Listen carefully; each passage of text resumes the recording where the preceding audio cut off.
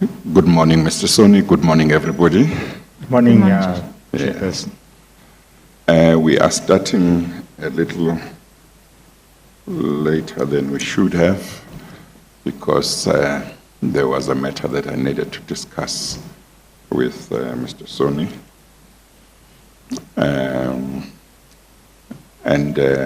I think we must start with that, Mr. Soni.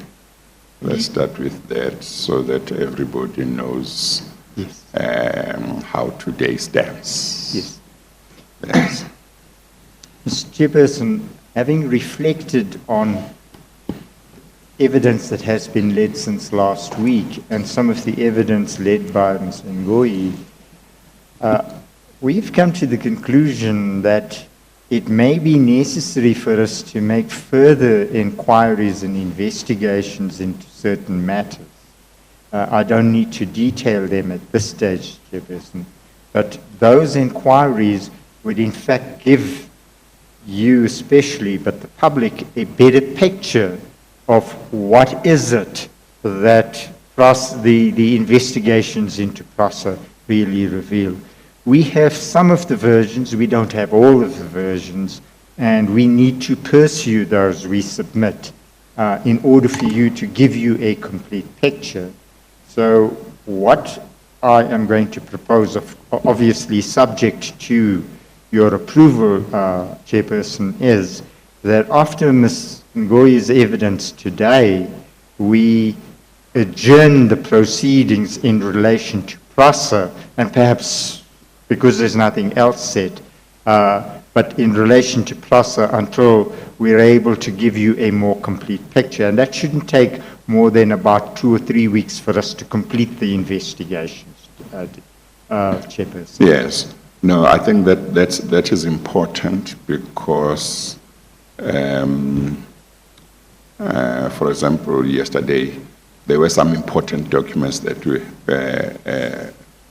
needs to be obtained, apart from some that Ms. Ngoyi said she could get. I know that there was also a document that was referred to in Mr. Molefe's evidence, turmoil at PRASA, that also needs to be searched for and found if possible and obtained.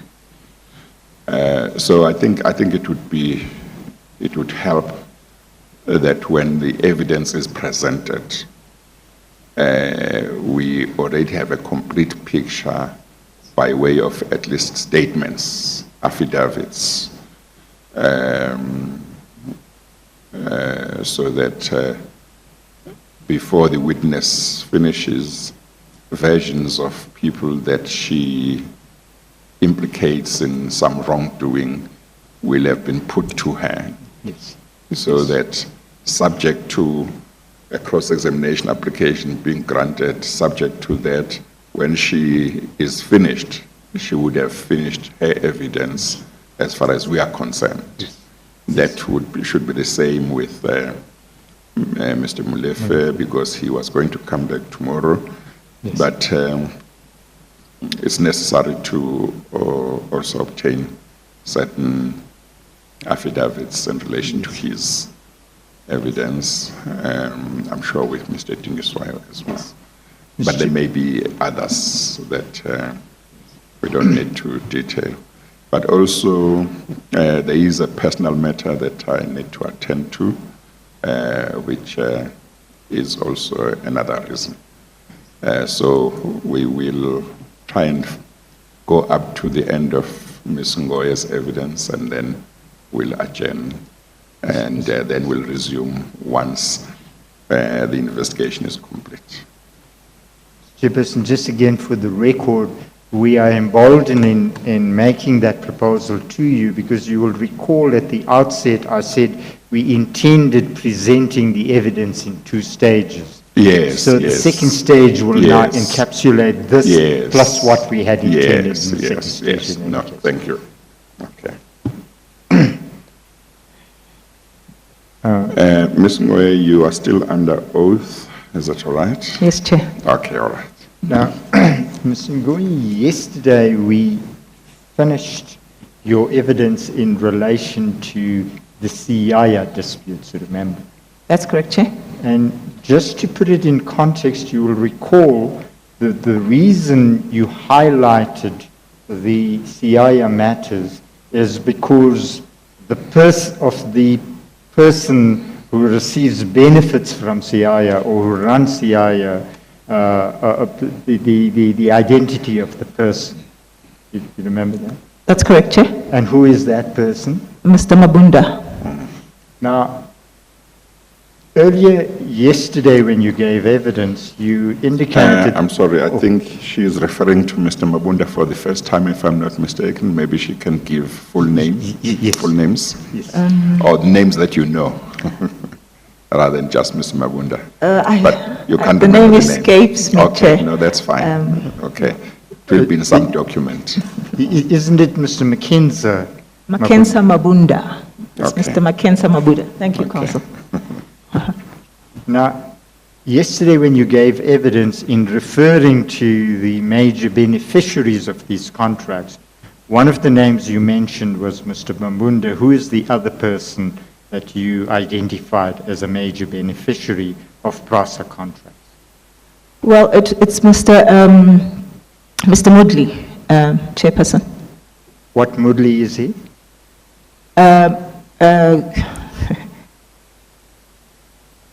I think I'm having a bad day today, Chair, in remembering the names. Mr. Roy Moodley. Roy Moodley. Yes. So it's Mr. Roy Moodley, the first one, and the second is Mr. Mabunda. Those are the two gentlemen I referred to in my evidence.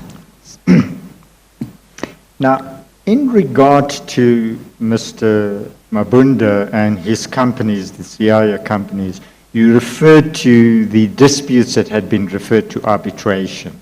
That's correct, Chair.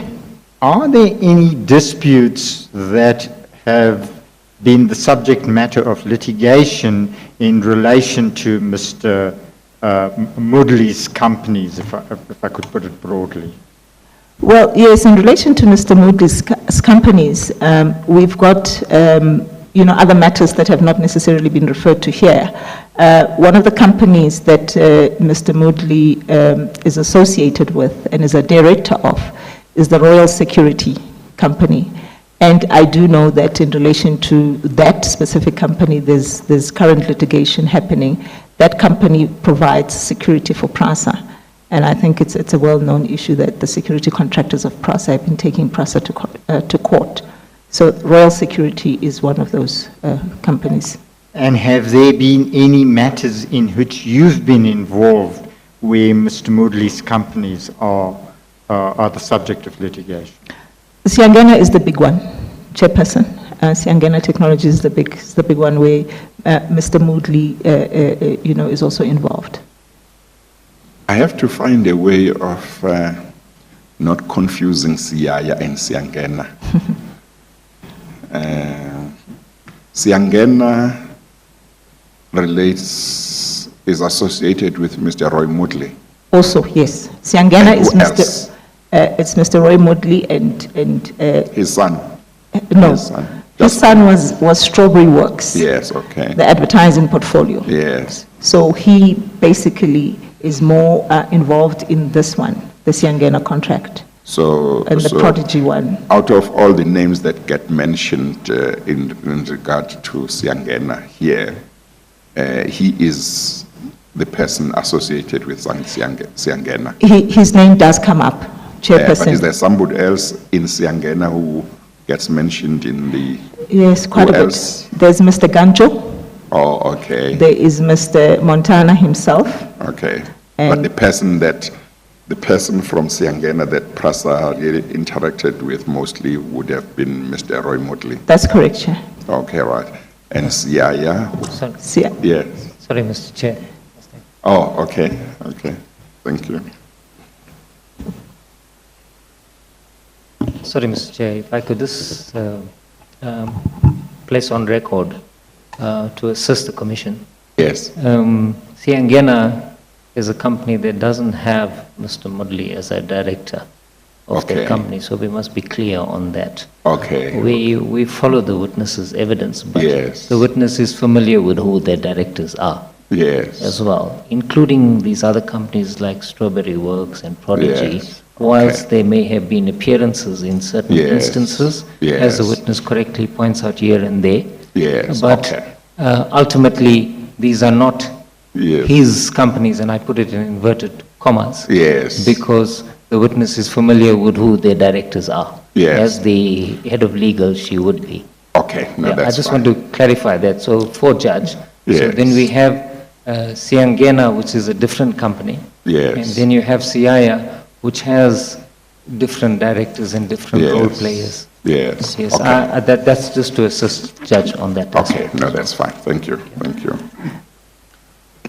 Okay, now, as far as you are concerned, Siangena is associated with Mr. Roy Motley. Yes, Chair. There is, in fact, if I can clarify that. Yes. There is a company that was paid by Siangena that is associated with Mr. Roy Moodley. Yes. And I'll come to that, Chairperson, in a Yes. minute. But as from your point of view, when I hear the name Siangena, I must think of Mr. Roy Motley. Correct, Chair. Okay. And Siaya? Siaya is Mr. Mackenzie Mabunda. Okay. All Yes. right. Thank you. Without going into details, you were saying that Siangena paid a company which is associated with Mr. Roy Moodley. What is the approximate amount, Ms. Ngoi? It was 500 million, Chairperson. Chair, I must also say that this was also picked up, when the media brought this to the attention of PRASA. So the investigations that we conducted did not pick up this. This was an issue that was picked up in the media, but however, PRASA then incorporates this issue in relation to the PRECA, submission, and it's included in there.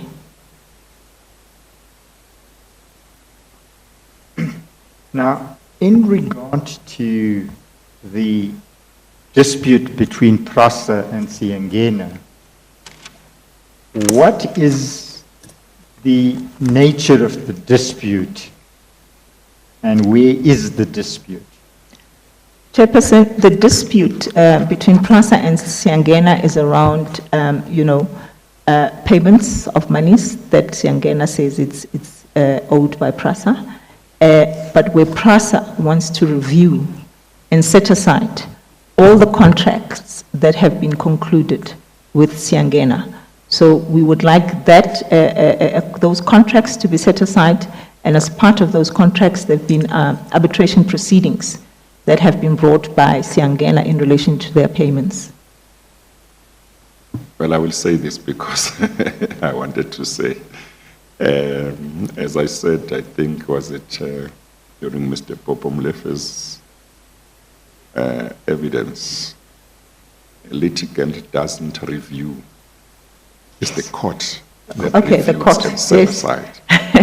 A litigant applies to the court For the review. and asks the court to review and set aside a certain decision. Yes, Chair. Okay. Thank you, Chair. All right. Now, can I ask you to look at Bundle B and Exhibit SS3B? Chairperson, that is at Bundle B, page 126. Thank you.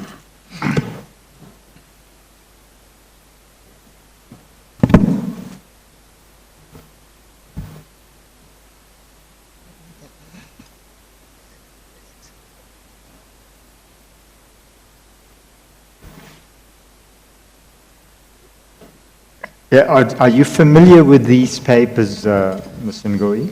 Yes, I am, Chairperson. Right. Firstly, would you tell the chairperson what this document is? Chairperson, this is the application that was brought by PRASA in relation to the Siangena contracts, applying for the review thereof. Now, before we look at what PRASA intends to review, Could you give the chairperson a brief background of the contracts that are the subject matter of the review application? Chair, there is quite a number of contracts that are involved in this matter. In fact, I would be referring to phase 1 and phase 1 extension of the contracts, and then there was phase 2. So effectively, there's about 4, and the amendment that was also introduced in the proceedings that we found out about when we were going to court. So the first part of the Siangena, where Siangena was involved as a subcontractor, that contract is not in dispute.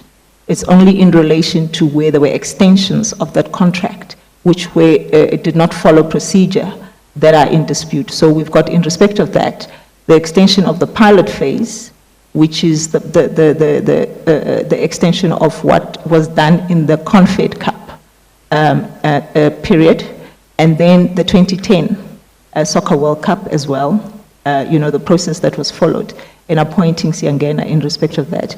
And then also the extension to that contract, as well as the second phase, which we call the second phase, where again Siangena was appointed to work on our stations in relation to the ISAMS contract.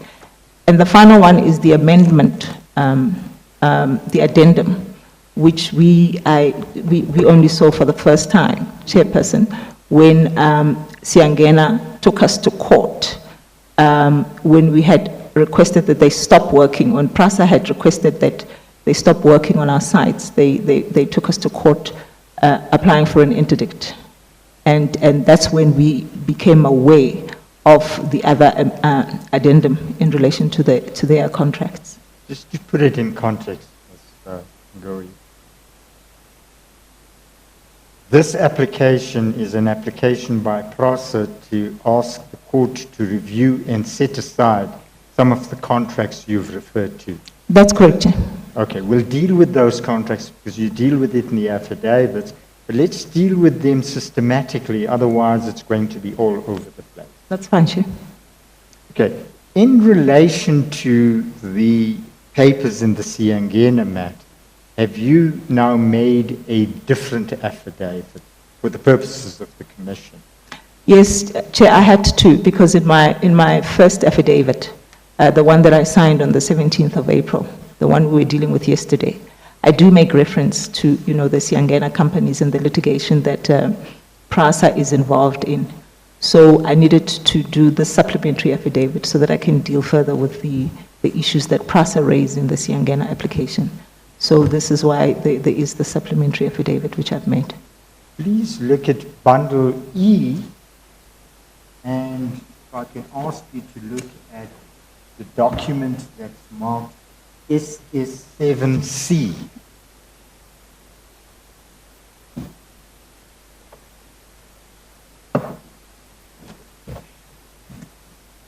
Did you say SS7C? C. It's right at the end of Yes. Bundle E.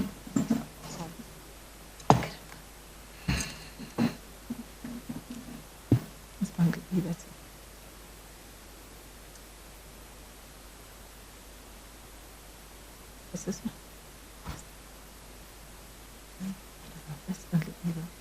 Sorry, Chair.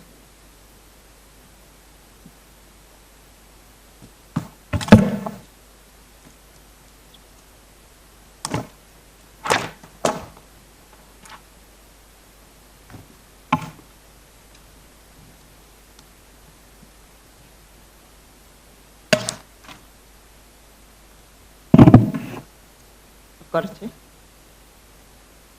Will you explain to the chairperson what the purpose of this affidavit is? Sorry, Chair. Before you do that, can I just check, particularly with the transcribers, are you able to hear Mr. Soni quite well? I think sometimes he stands a little far from the mic. The transcribers, I don't think they can hear me. They don't seem to be there. will somebody find out from them whether they hear when Mr. Soni speaks, the transcribers, and let us know. But try not to speak from far from the. Yes. Yeah. I don't know whether it's possible to put it in the center or not. But as long as you try to, whatever it is, as long as you try not to be too far from it, I see things fall apart. Okay, whatever is convenient, as long as when you speak, you're not too far from it. I'm just scared that the transcript might have too many inaudibles in the end. I'm trying to avoid that. As you please, Yeah. Chairperson. I think somebody wants to tell you whether they can hear you. I am told they can hear it. Oh, okay. But I will still attend Yes, to, okay. No, thank you. the concern. Mr. Ngoyi, can you tell the chairperson what the purpose of, well, firstly, do you confirm that what's contained in this affidavit is true and correct? I do, Chair. And what is the purpose of this affidavit?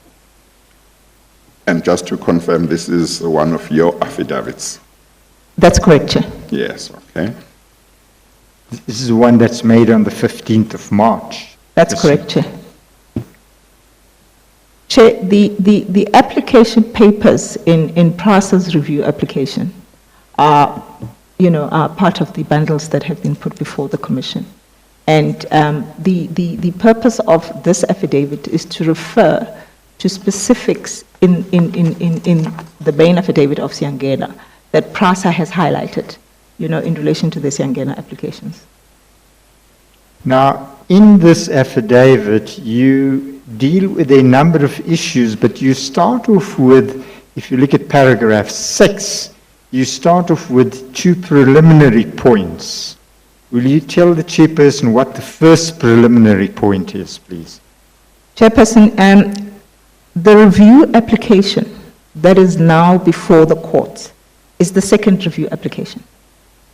PRASA had applied before to review the contracts, but because of the 180 rule in terms of PAJA, we were obviously not successful in that regard. And when the Concord decided on the Gijima case, referring to issues of legality, PRASA saw it fit to then go back to court to then issue the second review application. Sorry, before you go on, just to put things in context, you refer to this, would I be correct, in paragraph 13 of your founding affidavit. I'm going to refer to your affidavit in the review application as the founding affidavit, and that appears at page 141 of SS3B. Would that be correct? That's correct, Chair. Now, who made the affidavit in the first application for review that went before court that was dismissed? Dr. Popo Malefe was still the chairperson of PRASA at the time, so he made that application, Chair. He signed the papers for the application. And then when you went back to court on the basis of the present application, who made the founding affidavit? I had to make the founding affidavit, Chairperson, in my capacity as the head of legal, and that's why my name is on the papers. All right, and then you indicate in paragraph 7 what that application is about. Would you explain to the chairperson? The application, Chairperson, is to review and set aside the contracts that have been... To have reviewed and set aside. To have reviewed and set aside. We're learning as we go along, Chair. Those contracts of Siangena that I highlighted, Chairperson, before. And just in brief, what were the bases on which PRASA had brought that application? Just in brief. Sure. Chair, there was the processes that are required to be followed in appointing suppliers in relation to these contracts were not followed. So effectively, there was no authority to enter into these contracts. We didn't comply with Section 217 of the Constitution in terms of how matters of, procurement need to be dealt with. Our own supply chain processes were flouted in relation to how these contracts were entered into. And any legislation? There's the triple PFA as well, which obviously was also not complied with. And then you make another point about certain dealings between people in PRASA and attorneys for Siangena. That's correct, Chair. What, are you going to come back to those dealings? I'll come back to those, Chair. All right. Now, you then set out how these contracts came into being, and you do that at paragraph 9. Will you set that out as succinctly as possible for the chairperson, Ms. Ngoyi? Yes, Chair. Chairperson, in 2009, during the Confederations Cup process, PRASA, in fact, appointed 2 construction companies, ENZA and Rainbow Construction, to assist in the development of 2 stations. This was the Nasrec station, as well as the Doornfontein station.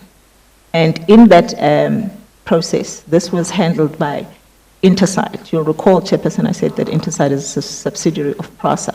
At the time, Intersite was Intersite Property Management Services of PRASA. And it ran with that process of appointing those suppliers. And those suppliers appointed Siangena as their subcontractor. So as far as we're concerned, there's no issue with that contract. I think it was important to highlight it so that, there's context as to how Siangena then is involved in relation to the other matters.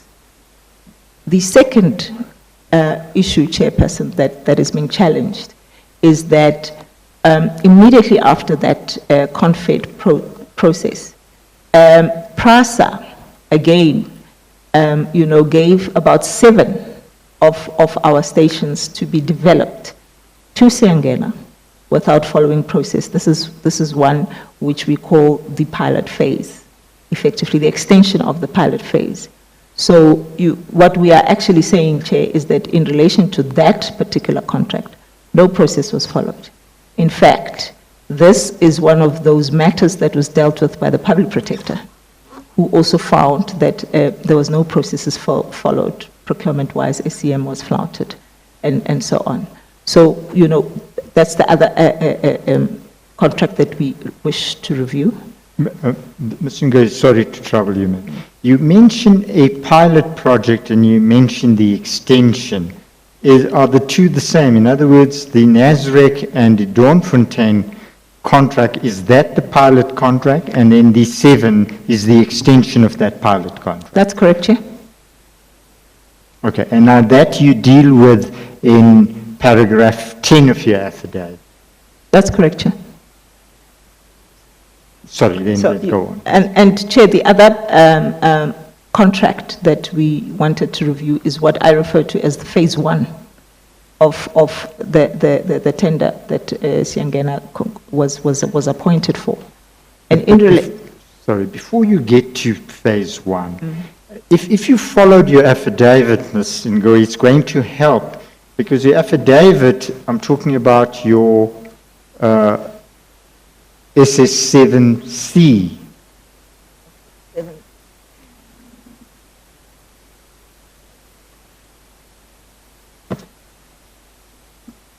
You must say if you need assistance, I need assistance, somebody Chair. can I think assist you. I'm not sure if I've got these files properly. Okay, let Open. somebody will come there. SSC. Can you help me?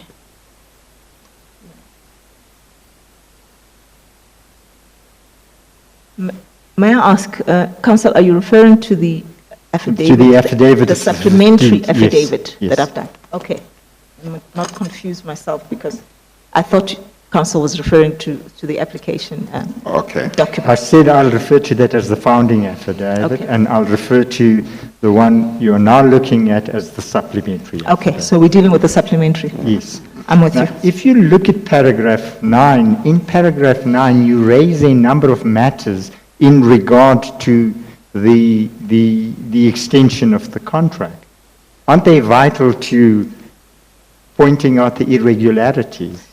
Yes, Chair. The extensions, I thought I'd said that the extensions were obviously did not follow process in terms of, what needs to be done when procurement of services is required. So they were irregular indeed, and this was what was found. Yeah. Okay, I'm sorry. I may be the one who is lost now. I'm looking at paragraph 9 at page 388. Yes. Is that where we That- are? that is where we all are. are. Yes, Okay. Now, Okay. Ms. Ngoyi, in that, right in the middle of that paragraph, you say second. You make an important point there. What is that point? In paragraph 9, Paragraph 10. okay. First, there was no procurement. Second, as Siangena had not been the original contractor, but only a subcontractor, the extension had no legal basis because there was no privity of contract between Siangena and or Intersite or PRASA. So effectively, Chair, in the Confed Cup, Siangena is a subcontractor. And then the extension to that pilot, Siangena is appointed even though they were subcontractor to the first. So they were not even a party to those contracts that were entered into with PRASA in relation to the Confed Cup stations. So the contract was with one entity, and Siangena was a subcontractor That's to correct. that entity. But when it came to the extension, instead of doing an extension with the entity with which PRASA had a contract, it did an extension with the subcontractor, That's correct, Chair. something that's difficult to follow. It doesn't happen like that. Yeah, Yeah. okay. But you make another point in that paragraph, and you say, well, impliedly, the Confed, the pilot contract, was a contract between Intersite and Enzo and Rainbow, am I right? That's correct, Chair. And in regard to the extension, who were now the contracting parties? In relation to the extension, Chairperson, PRASA was the contracting party. Would that be proper and lawful? Well, Chair, these stations belong to PRASA at the end of the day, so effectively PRASA would be the contracting party. I guess when it went to Intersite was the property management portfolio of PRASA. There again, the rationale of taking these contracts through to Intersite was also something that was an issue, Chairperson. In paragraph 11, you point out that the public protector had dealt with this matter in her report. Could you tell the chairperson what that was? Chairperson, the public protector dealt with this in the derailed report.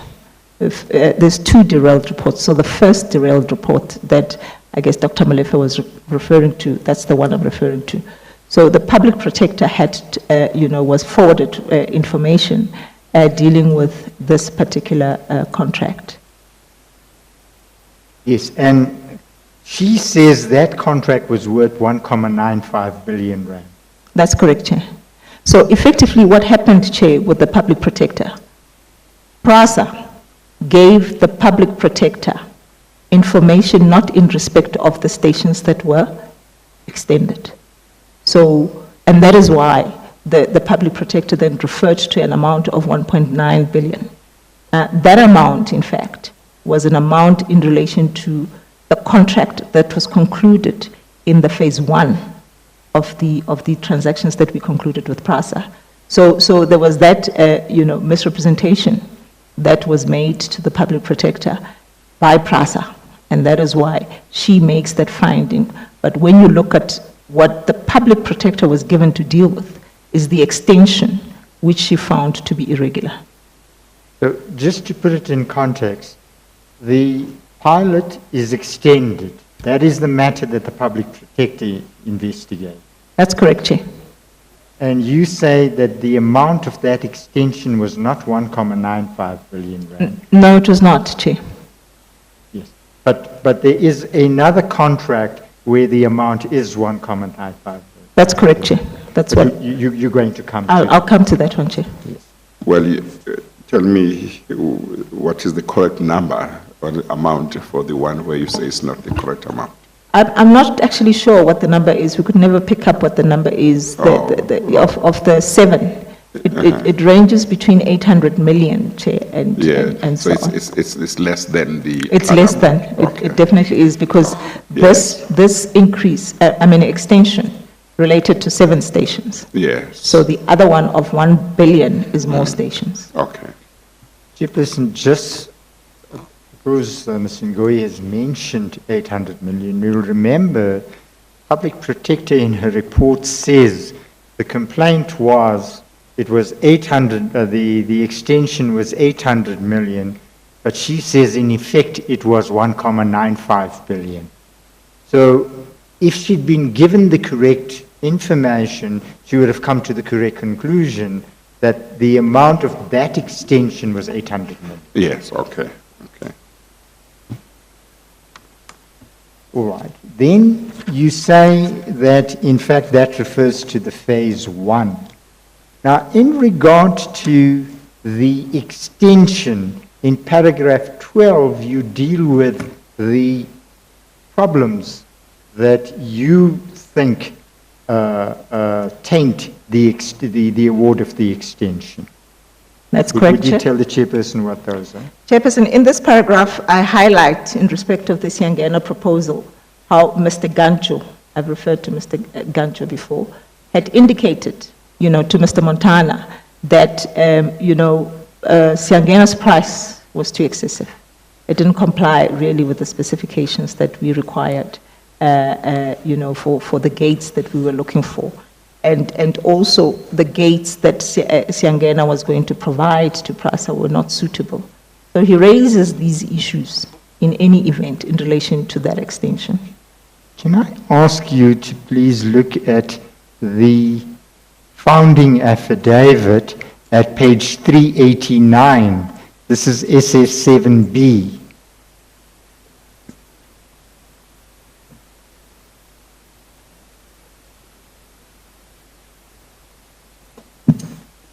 I'm sorry, is that a different affidavit from the one we have been looking at? So, Chairperson, I'm looking at the founding affidavit in the review application. Okay, that's in another bundle. That's in bundle B.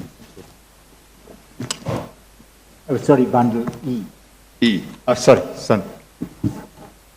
Bundle B, Chair. B for Beatrice. Bundle D, bundle B. B. Yeah, okay. What page, Council? 167.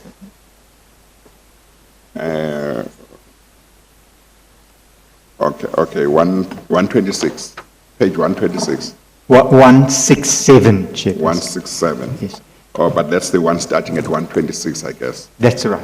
167.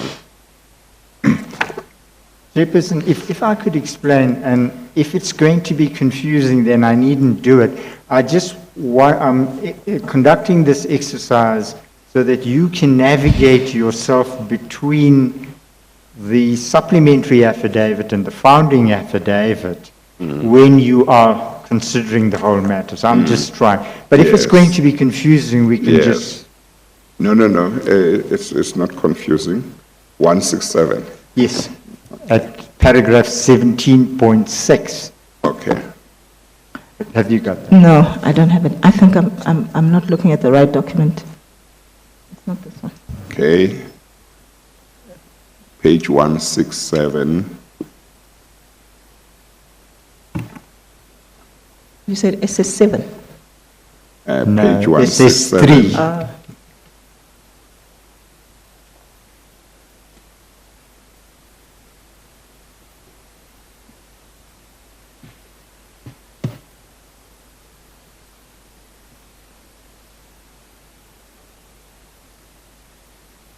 Have you got that, Mr. I do. Louis? Now, will you refer the chairperson to those paragraphs or to those sub-paragraphs in which Mr. Gancho expresses concerns about the extension? It's paragraph 17.6, Chairperson. And what does he say there?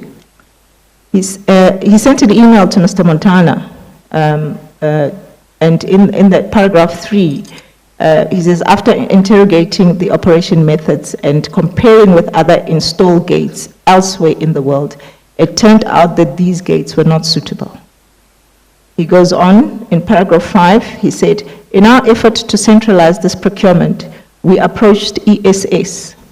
And who's this ESS? ESS is a group of companies, is part of a group of companies that belong to TMM Holdings. Now, TMM Holdings was the main company, and Siangena and ESS were subsidiaries to that company. It says to provide PRASA with a quotation to supply all the 2010 stations. It turned out that their gates are fully imported and very expensive. So he says that in that letter. And then the third issue that he raises is that in an unnumbered paragraph of that letter we refer to, he says that they were not budgeted for in the original scope. All right. Thereafter, you point out in paragraph 13 that there was a change in heart. How did that come about? Now, that's paragraph 13 of, Of the supplementary affidavit. okay. Well, in the supplementary, Chair, I state that following that telephone call, which with Mr. Montana that Mr. Gancho made, he requested Mr. Montana to approve the extension. So even though, those issues were there, he still made the request for the extension to be approved. If I could just stop you there. That change of heart came about as a result of what? Of that telephone call, wasn't it? Yes, of course, yes. It was the telephone call that he had with Mr. Montana. And based on that... Well, I'm sorry.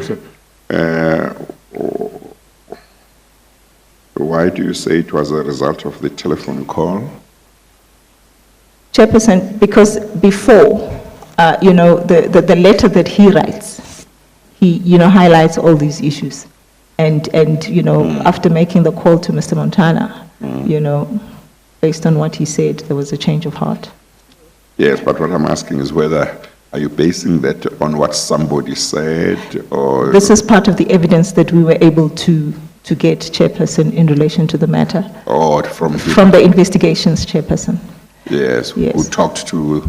Yes. Was Mr. Mr. Gancho? Gancho, yes. There's Yes. reference to the papers, Okay. Chair, that there No, was I a just wanted telephone to discussion. make sure that Yes. I know what the basis Yeah. is for saying that. Chair, perhaps I must also state that because this matter is before court, obviously we're just bringing it to the commission just to highlight the irregularities that are there. And this was a subject of the forensic investigation that was conducted. So a lot of the information that is available to PRASA in relation to these matters Yes. was obtained through the forensic investigation that was done. No, that's fine. Yeah. Just in relation to the chairperson's question about why do you say there is a telephone call, can I ask you to look at page 168 now of your founding affidavit, paragraph 17.71. Chairperson, that paragraph reads that Mr. Gancho refers to a telephone discussion with Mr. Montana, during which Mr. Montana advised him that the contract with Siangena for the extension on the basis that Siangena was contracted and installing similar systems at Nasrec and Durham-Fontein stations under the Intersite contract. So this is information that we were able to piece together. So in Yes. his email, Yeah, I guess okay. he speaks to No, it. Thank you, Mr. Soni. Yes. So Mr. Gansho now is in favor of the extension as a result of this telephone, according to him, as a result of this telephone call with Mr. Montana. What happens next? You set that out in paragraph 14. Well, 3 days later, Chairperson, Mr. Montana approves the request, but he approves it subject to, the matter being referred to finance for budgetary purposes. And in respect of finances attitude, what do your investigations reveal? Chairperson, these matters were not budgeted for. In fact, one of the executives that was responsible for the strategic asset development side within PRASA raised a number of questions. Who was that executive? This is Mr. Pete Sebola. And where do you highlight that in your founding affidavit? In paragraph 16, Chairperson. At page 174, Chairperson. Paragraph 17, 16. 16, at page 174. Just complete the reference, Mr. Soni, for purpose Oh, of the sorry, it's transcript. SS3B, page 174, paragraph 17.16. Yes, okay. Thank you. And we needn't go into all of them. Would you just summarize what the main ones were, please, Ms. Ndlovu? Chairperson, Mr. Sebola raised issues around, non-compliance, for instance, with the CIDB process, and that Siangena did not comply with it. Raised the issues around the procurement process and raised the issues of there not being budget in relation to this matter. Well, And also, the fact that this type of contract would be a triple P contract, which would warrant PRASA to comply with legislation really in relation to entering into these types of contracts. in fact, in regard to the CIDB non-compliance, he goes further. He says Siangena was not certified. That's correct.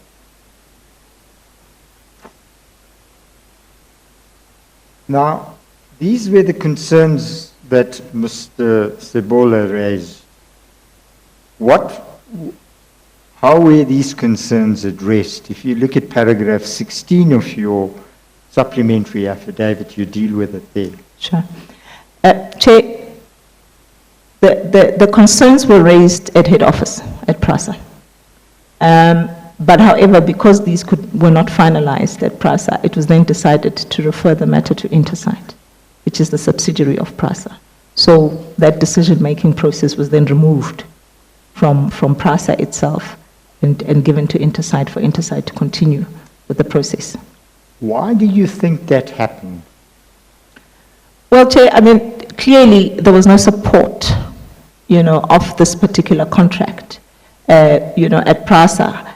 And I guess in my observation, really, when one looks at this, is around the fact that, because processes were not going to be followed, somebody else must deal with it. So it was trying to move away from really having to deal with the issues that were raised by people at PRASA and giving it to Intersight, because the instruction at Intersight would then be coming from head office.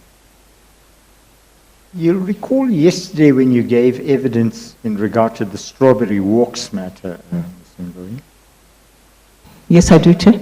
You remember there was a dispute about where the contract should rest, and you were then the CEO of Intersight, and you said that they threatened that they were going to take the matter from Intersight to PRASA, That's correct, Chair.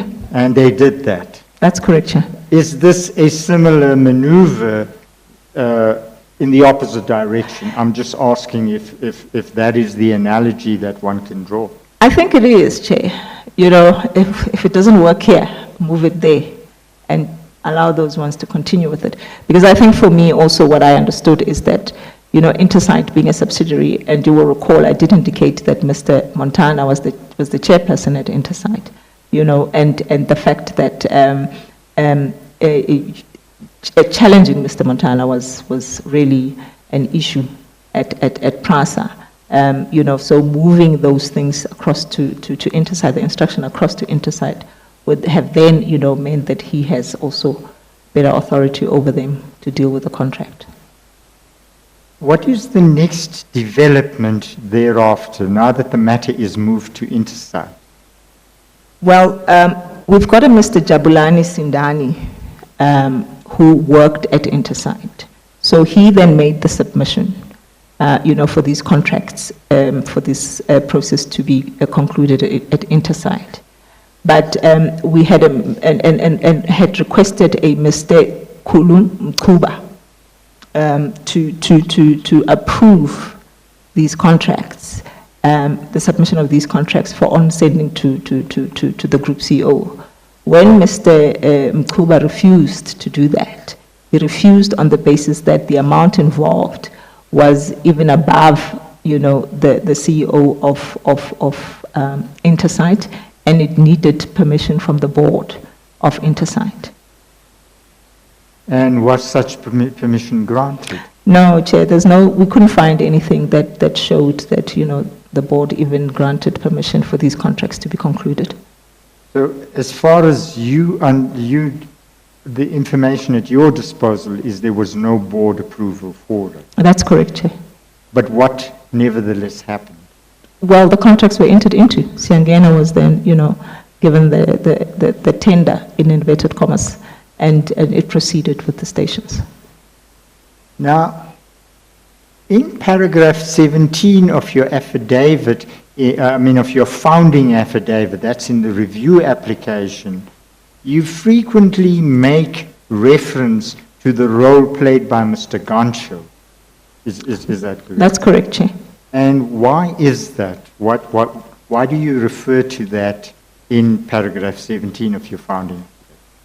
Chair, Mr. Gancho was the one that was really championing, this matter. So he was the one that, was making sure that this, as you recall, he spoke to Mr. Montana and convinced Mr. Montana to allow PRASA to enter into these dealings.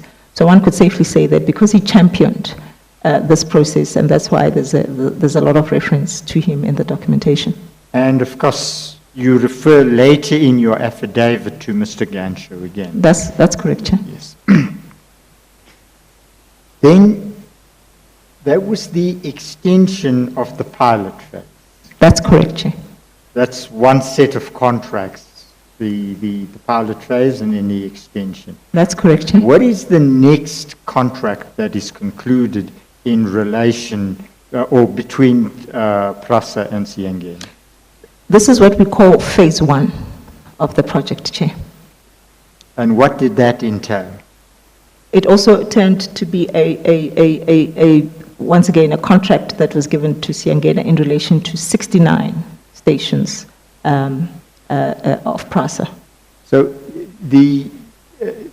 originally there were 7, Doornfontein plus 5, and then you say 69, would then that be an extension to 62 stations? Well, no, Chair.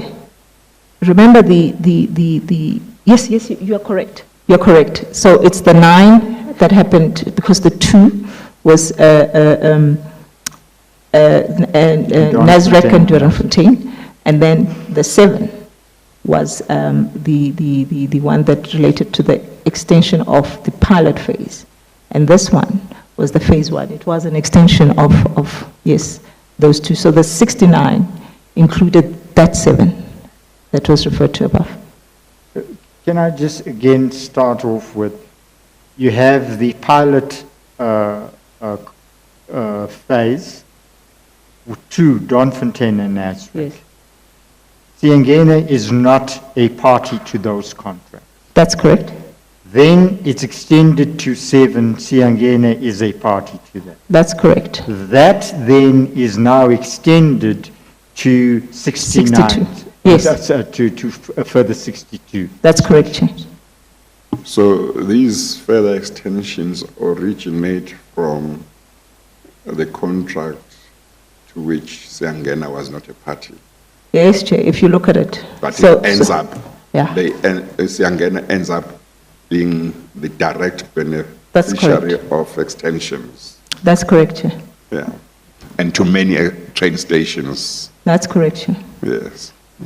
And what happened to the entity that had originally entered into the first contract along these extensions? Was it pushed aside? Was it still going along? What was happening? Well, ENZA and Rainbow, Chair, were the companies that appointed Siangena. So they basically fell off the radar.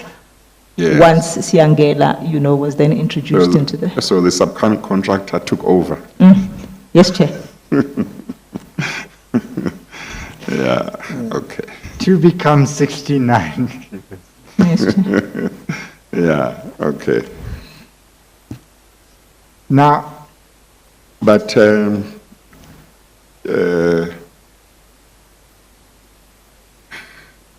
the original entity fell off completely. It didn't provide, as far as you know, even any capacity that Siangena might not have had to deal with so many train stations. No, it was not involved, Chair. was not So those involved two at all. companies were not involved at all. Yes. Once Siangena came to the fore, Yeah. Siangena became the main, Yeah, yes. the main player within Yes. PRASA. Okay. now, how did it come about that phase 1 was implemented? You deal with that in paragraph Yeah. 20. Chair, in relation to phase 1, the CPO at the time, the chief procurement officer at the time, was a gentleman by the name of Mr. Chris Mbata. He then gave instructions to a senior manager in the procurement space, Ms. Matsidiso Moshodi, to have a meeting with 8 companies that had been identified to participate in this next phase of the project. So there was a briefing session that was held with 8 companies that had been identified. And that is how the start of phase 1, comes about. And how was that process managed, the restricted process? Well, before I get to that, was that a legitimate way of extending a contract? No, it was not, Chair, because, when what we picked up was when those 8 companies were in the meeting, naturally they asked for an RFP, a request for proposal document. And when Ms. Moshodi, remember Ms. Moshodi is given instructions by the boss to say, this is a meeting, go chair this meeting, and with these 8 companies in relation to this next phase of the project. So when she inquires, because the companies that had been invited, inquired about the document, the RFP, whether it was issued or not. And when Ms. Moshodi, because she wouldn't have known, inquired whether there was an RFP document, it came out that there clearly wasn't an RFP document that was present. So from a process perspective, Chair, it just shows that, no process was followed in that respect. That's not how you do these type of transactions. So can I just understand it, and it's not entirely clear, and I know you'll explain later that you had a limited set of documents, but as you understand what unfolded is that instead of an RFP being issued out to the world, as it were, it was, an invitation was sent to just 8 companies. That's correct, Chair. Is there any indication of how those 8 companies were chosen? No, I can't remember, Chair, how that indication came about, so I'm not even going to venture into that. But if proper procurement processes had been followed, what was the process that should have been followed? Well, Chair, the normal process would be to invite people, you advertise the tender so that you can have participants, coming through and responding to the tender that you would have invited. You would have advertised. So in this respect, because there was no tender that was advertised, that's why you didn't have the RFPs that those suppliers, the 8, were looking for. So there was stages missing in the process. All right. Then Ms. Shruti can't find the RFP. Whom does she go to locate the RFP? Ms. Mashori then goes to Mr. Ganjo to ask for the RFP. And what does Mr. Gansha do? Well, Mr. Gancho then asked Ms. Mashodi to actually request those companies that had been invited to propose a best solution for PRASA. So once again, Chair, you can see things are done, backwards. They're not done properly. So in that process, that's where you then ask the companies to propose a best solution for PRASA. You just don't do things like that. I'm just trying to understand then. I understand you say it's not process, but what was this whole enterprise about? PRASA wants to now enter phase one. Ordinarily, it should send out an RFP outlining what work it needs to be done, what the approximate cost is going to be, and so on. But in this case, it sought information from the 8 people whom it had chosen. That's correct, Chair. And is such a procedure countenanced by any aspect of PRASA's procurement?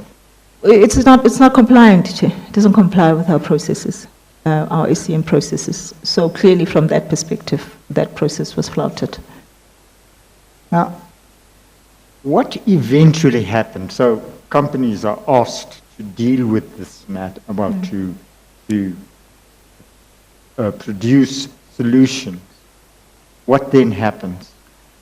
They do produce the solutions, Chair, and a bid evaluation committee is then set up to evaluate the responses that came from these companies.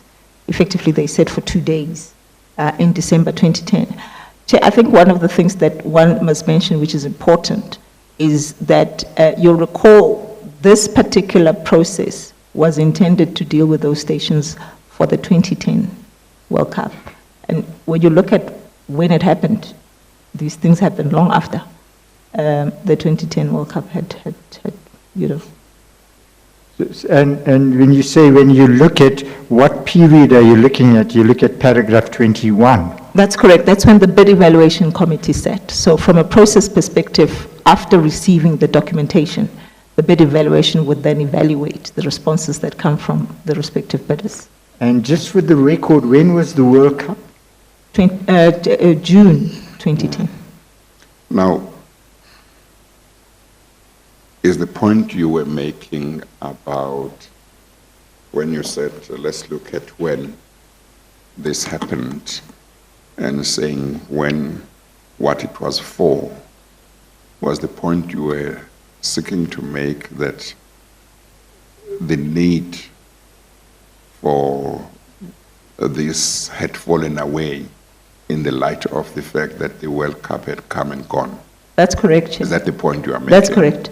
In terms of also not following procedure, you could, the argument that could be put forward was there was urgency around this, and that's why you needed to confine the process to 8 companies. But when you look at what then happened, it clearly did not serve the purpose of dealing with the stations that were required for the 2010 World Cup.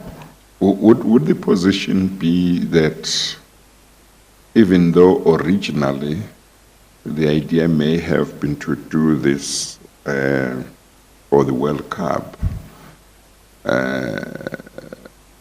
when it may have become clear that it wasn't going to be ready before the World Cup, it was proceeded with in any event on the basis that it would be helpful to PRASA anyway? Yes, Chair. I think that was the ultimate intention, Yes. to proceed anyway with this. Yes. But also, Chair, I think from a process perspective within Yes. PRASA, the Yes. planning has got to be done properly. The budgeting has got to be done Yes. properly for this type of Yes. work to be undertaken. Yes. And none of that, had Yes. happened, and that's why this was so haphazardly done. Yes, you see, I'm asking this question so that I appreciate the point you seek to make. One point would be the need had fallen away. That's correct, Therefore, Chair.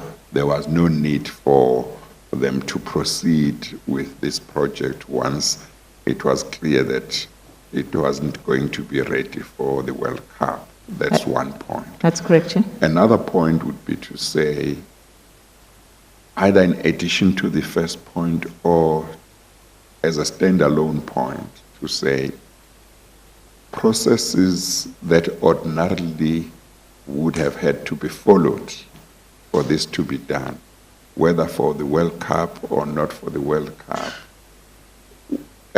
were not followed because it was said it's for the World Cup. There is some urgency.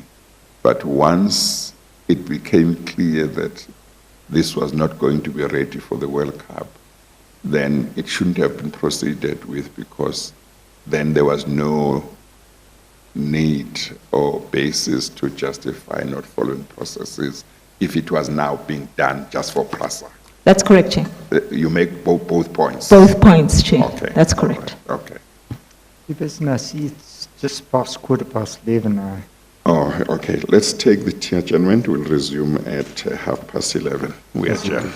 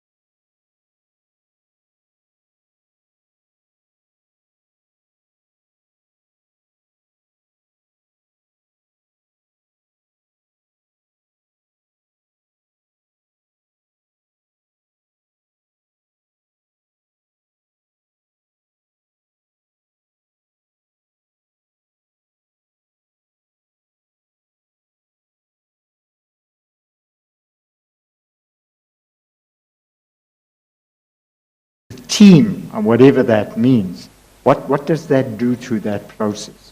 Well, it interferes with the process, Chair, you know, and I can't also explain or understand why, actually, after the BEC had looked at the responses that came from the various bidders, that Mr. Montana had to be consulted. Because invariably, from the BEC, the process would go to the BAC.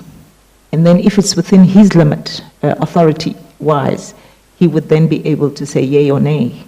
So, you know, this consultation with Mr. Montana, after having decided that we're going to go through with this process, just doesn't make sense. And it just shows you that no proper processes were followed in this regard. Well, doesn't it suggest something else? I mean, it's not a question of just making sense. It means, if I'm going to make this suggestion to you and tell me if you agree, that the entire process is being subverted. Of course it is. It is subverted. Yeah. Now, that was in December 2010. And then what happens next? Chairperson, as part of the process, as I explained, from BEC, which is the Bid Evaluation Committee, you would go to the BAC, which is the Bid Adjudication Committee. It's the committee that would then look at the submission from the BEC. When the BAC sat on the 14th of February, all of a sudden, there was a revival. 2011. 2011, Chair. That matter suddenly came back to life. Mr. Montana refuses it from the BEC side, but when the BAC sits in 2011, you find that clearly the matter had come to life because they made a submission to the BAC for consideration. And Mr. Gansha's reassurance then has some basis. That's correct. I mean, he clearly knew what he was doing. Now, what did the excuse me, Chair. What did the BAC then decide? Chairperson, the BAC had a problem really with the submission that was made by the BEC. There were a lot of questions that were asked by the BAC. In fact, in a nutshell, you know, they didn't agree with the process. Issues around budget, issues around, you know, why not going out to a formal tender process were raised by the BAC during that time. So effectively, there was no support of the submission by the BEC to the BAC. And also at the time, what was referred to the BAC was that there was a contest between now Siangena and Protea, a company called Protea Coin. Now, if you look at what was involved, Chairperson, from a pricing perspective, you know, it was odd that the submission that was made by Protea was sitting at 1.3 billion in relation to this particular transaction.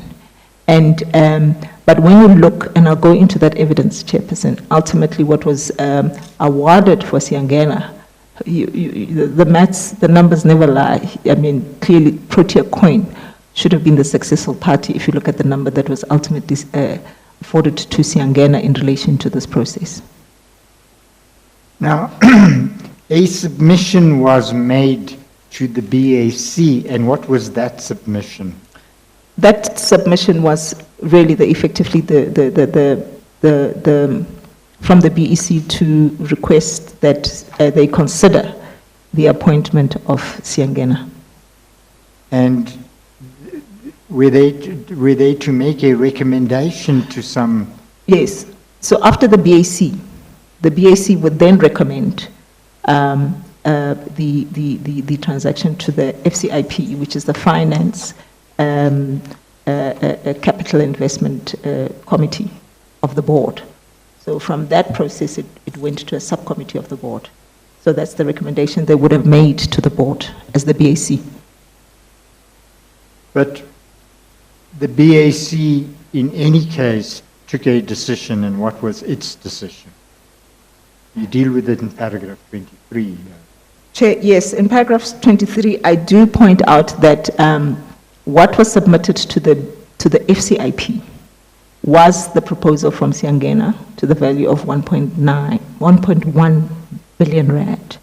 for the entire transaction. So this is what the the FCIP had to consider. Well, if you look at the third line of paragraph 23, if you could just read the next sentence into the record, starting with having deliberated. Having deliberated on the submission, the BAC decided not to recommend the award to Siangena. However, PRASA documents show a document with a signature that purports to be that of the chairperson of the BAC, Ms. Tarangubani, in a minute of the BAC that records the decision recommending the award to Siangena for an amount of 1.1 billion. What are you trying to suggest with that, Ms. Nguri? That's from your founding affidavit in the review application. Once again, Chair, if it doesn't pass muster, it shouldn't proceed. Now, if the FCIP had decided not to recommend this particular issue to the board for approval, because when they considered the submission, they said they decided not to recommend the submission they received from the BAC was that the appointment should not be made in favor of Siangena. But what then happened, Chair, I guess I must continue. And I refer to this minute that was purported, and I say purported because... I'm sorry, maybe there is some mistake in paragraph 23, or unless I'm confused.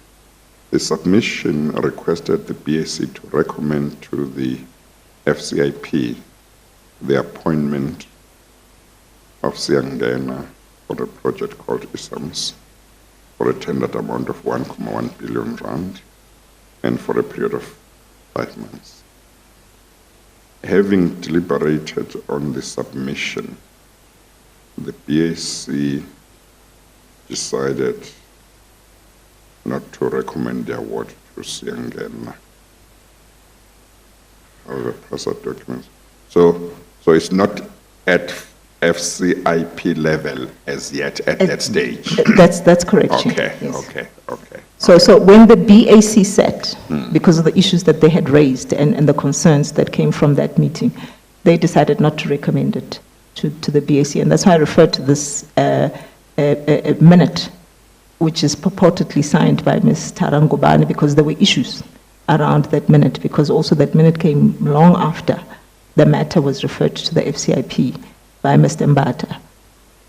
Could you expressly tell the chairperson what you're trying to say? The BAC makes a decision not to recommend. They do, Chair. But what is the minute? What does the minute of that meeting record? The minute of the meeting, Chairperson, which according to the evidence that we have, was not even signed at the time by the Chairperson. This is Ms. Tarangubani. And what became evident, through the investigation process was, it was very clear that the BAC does not agree that this process must be completed. So, and that's why I talked to the purported minute that was now signed, that had a signature, that was signed by Ms. Tarangubani, which she obviously then, objected to and said it was not her signature as part of the investigation process that we did. So clearly, from the process perspective, the BAC had decided we are not going to recommend this thing to the FCIP. Now, you said the minutes of the board of the BAC were not signed. That's correct, Chair. Now, if that's the case, how do you know what their decision was? Well, we've got a copy of those minutes, Chair, and there was a recording. There's a recording. That's it. So when you listen to the recording, it's quite clear that it was very clear. Oh, okay. It was very clear. And the recording has been transcribed. That's correct, Chair. Yes, it has okay. Been. But at some stage, a document was discovered that appeared to be signed by the chairperson of the BAC. Yeah. Suggesting that the the BAC had decided that Siangana should be awarded. That's correct, Chair. But you say investigations seem to have suggested that the then chairperson of the BAC said she had not signed. That's correct, Chair. Yes, okay. So the minute was in fact a forgery or a Effectively. misrepresentation. That's what Ms. Tara Ngubane effectively says in another proceeding where she was asked to explain, the existence of that minute. She indicated that her signature was forged and she had never signed that minute. What was it established? Did Prasad conduct any other investigation to establish whether that was true? Well, Chair, I don't think it went further than that because as part of the process that PRASA was conducting at the time, Ms. Tara Ngubane then decided not to, proceed with the hearings Yes. and to resign. So PRASA didn't follow through and check up on the the validity of that signature. So we didn't do it. Okay. Now, just if I could just deal with that issue, and I know it's not immediately here. If the contention allegation is those minutes were forged, clearly a crime had been committed. That's correct, Chair. Has this matter been reported to the police? Well, this and other matters relating to this contract. Yes, Chair. This matter and everything that has transpired as far as, the maladministration of this and non-compliance with processes has been reported. Well, if it's reported to the police, it would have to be beyond maladministration. It would have to be criminal conduct. It would be fraud as well and so on, yes. Right. Now, was that reported to the police? It was reported, Chair. It was And reported. what is the outcome of those police investigations? Well, Chair, there hasn't been much really that has come from the police side in relation to the matters that we've referred, through PRECA, for instance, matters to the Hawks. And I can't remember if Dr. Montana gave evidence to the fact that, Molefe. Dr. Molefe gave evidence to the fact that a lot of work that was done and referred for investigation, there was no traction really effectively to that. And that's why he had to then also, sue the DCPI for work not done. Anyway. Well, knowing who put that signature on the document that purported to be that of the chairperson might throw light on who wanted what, but I accept that maybe for PRASA's purposes, once the chairperson had said it's not my signature, then they may have said, well, then nobody can claim that such a decision was taken if the chairperson says it's not her signature. That's correct, Chair. And it may well be that from our side, for our person, we don't need to do anything about it. But it may well be that it's something that could throw light if it was to be known who had put in that signature. Chair, perhaps I can help by saying that in the disciplinary proceedings that Ms. Tara Ngubane had to go through, she makes an allegation that her signature was forged by Mr. Chris Mbata. That's what she alleges. Yes. In that proceeding, and perhaps maybe Yes. the papers relating to that proceeding may be helpful as well to the Commission so that you can see what the chairperson of the BAC says. Yes. No, I think that would be important. And if that is the allegation, and given the role that Mr. Mbata, I think, seems to have played, it might be important to establish whether indeed it is Mr. Mbata who purported to forge the chairperson's signature.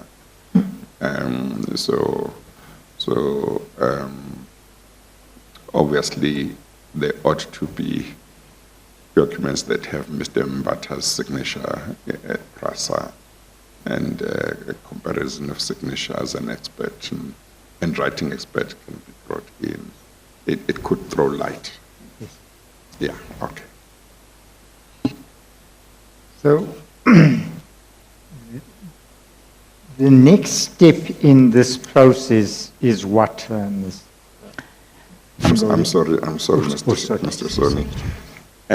In the proceedings that you have referred to, in which you say Ms. Ngubane alleged that it was Mr. Mbata who had forged her signature, do you know whether she was saying that because she recognized that handwriting as that of Mr. Mbata, or whether she knew some more information about how that had happened? Well, I guess, Chair, during the proceedings, Ms. Ngubane really, because Mr. Mbata had played a major role really in also submitting these papers to the FCIP, even after knowing that the BAC had not approved these things, the submission, that she believed that the only person that could have done that was Mr. Mbata. Okay, thank you. I think with all this latest information, I think something should be done to see whether whose signature that was. Yeah, thank you.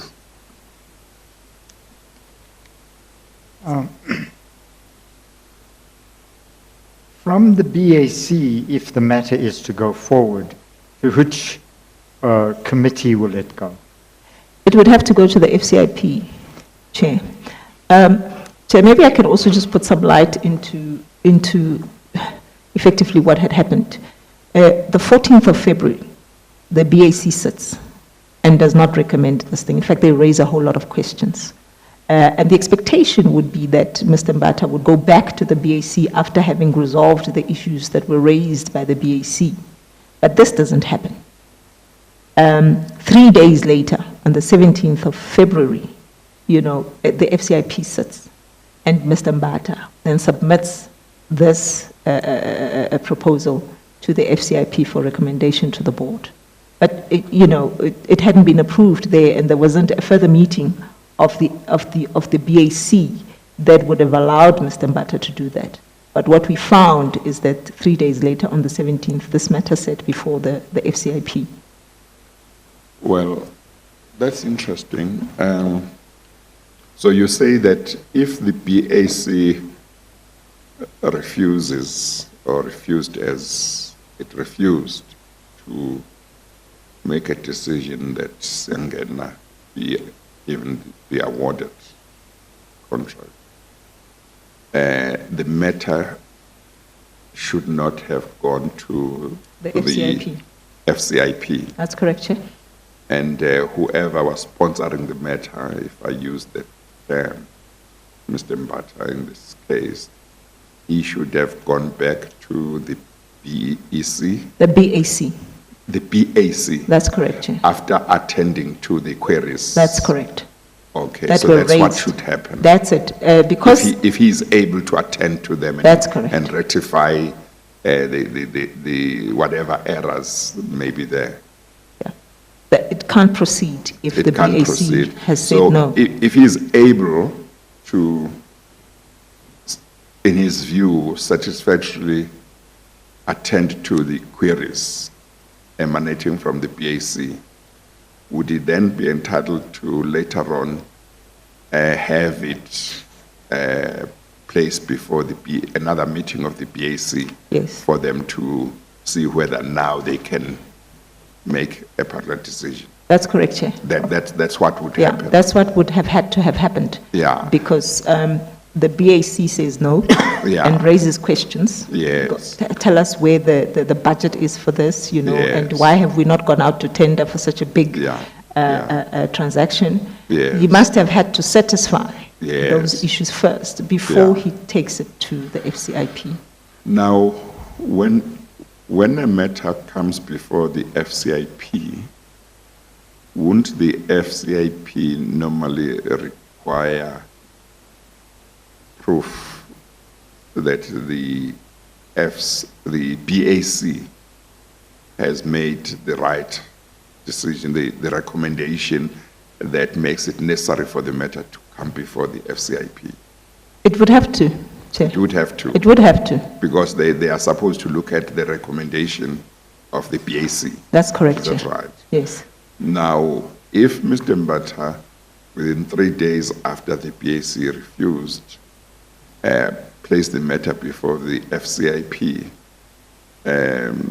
how would it have been possible in circumstances where there was no recommendation from the BAC? Chair, this is the issue of that minute. Remember when the Yes. chairperson of the BAC signs off on a minute that supports the appointment of Siangena, then, you know, it gives credence to the matter being referred now to the FCIP. So in the report that Mr. Mbata, as the CPO, would make, they would have to attach what transpired at the BAC. And then the FCIP would then consider all the information that gets given in the report that would have been prepared by Mr. Mbata. So is the position that Mr. Mbata placed before the FCIP this minute that is alleged to have been forged, that suggested that the BAC had decided to recommend Siangena? It's the only explanation, Chair. So yes, because Yes. otherwise the FCIP would not have really. Would not have entertained the matter? Yeah, yes, But- Chair. But are you saying that document that Was is now presented. alleged to have been forged was definitely placed before the FCIP? That's correct, Chair. Okay. May I follow up with 2 questions Yes, of clarity? yes. We know that a document was presented to the FCIP. That's the one that Mr. Mbata presented to them. That's correct, Chair. But that's the one that Ms. Ngubane distances herself from. She says she didn't sign that minute. That's correct, Chair. I want to ask a prior question, and that is, in regard to the meeting of the 14th, the BAC meeting of the 14th of February, did Ms. Ngubane say that the BAC had not in fact approved the award to Siangeni? Yes, Chair. In fact, Ms. Ngubane was very vocal. If you listen to the recordings, she just did not take it. In terms of the submission that was made before the BAC, she flatly refused because the questions that you can hear from the recordings really showed that this is not the process that she was going to support.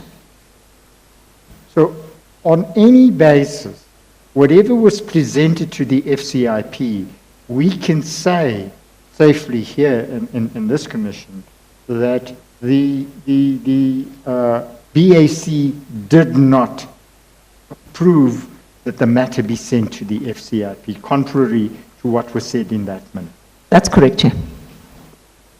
Now, the second issue, and it arises from what the chairperson has said, is whilst there was this minute from the BAC to say, look, we think the award should be made to Siangeni, but they had a different fiduciary duty.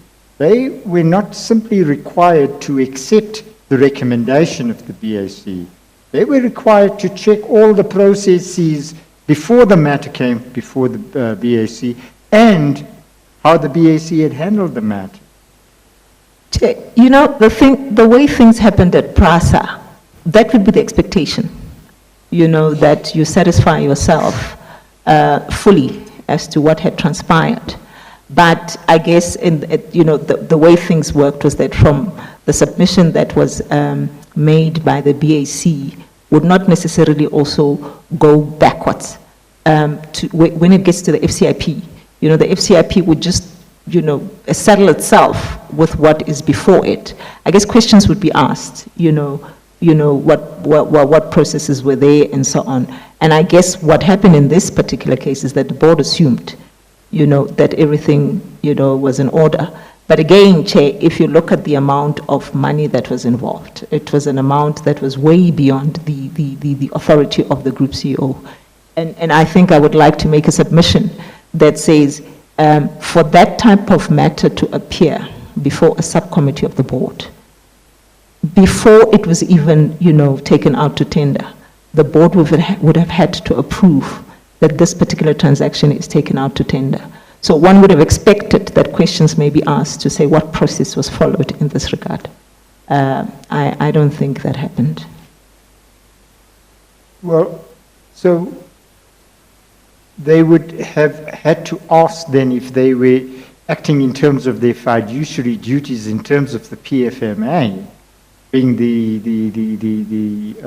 accounting authority of PRASA, that one would assume then that they would inquire as to why was this matter not before us prior to the process being started. That's correct, Chair. And from the information you have, that was not. No, it's evident, Chair, from what transpired that clearly that didn't happen. Anyway, the matter is now before the FCIP, as you say in paragraphs 24 and 25 of your affidavit. What happens then? Chair, the submission that was made to the BAC, right, was for Siangena to be appointed, and the value of the transaction was 1.1 billion rand.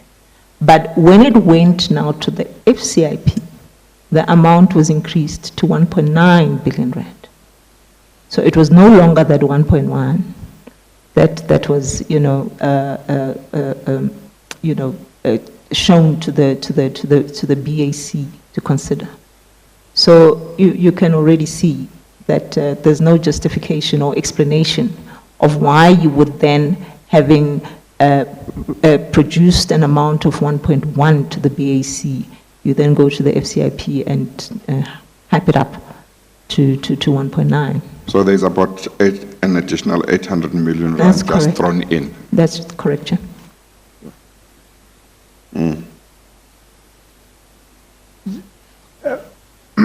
And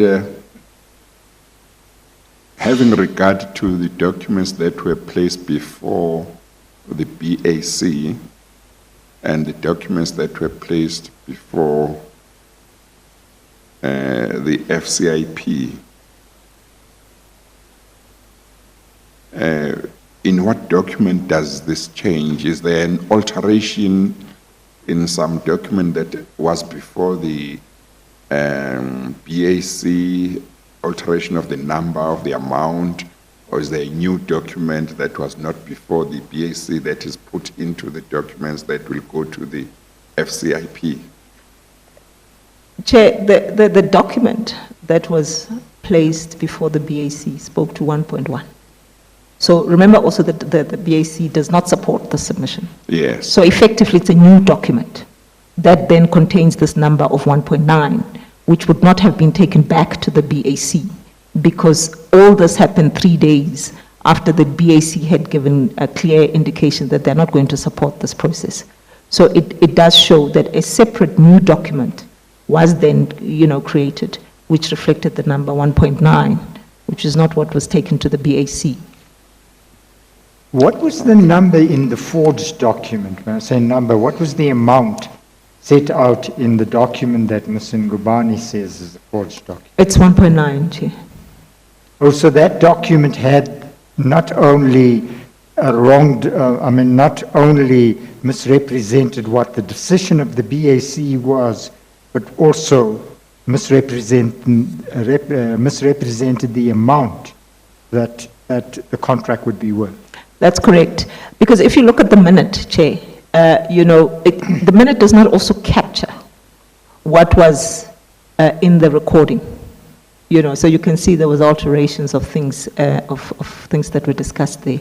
And it becomes evident that, and also from the fact that Ms. Tara Ngubane says, look, I don't know this document, it's not my signature that is on there, shows very well that if it had been the minute of the BAC, it would have reflected 1.1 billion, because that was what was presented to them.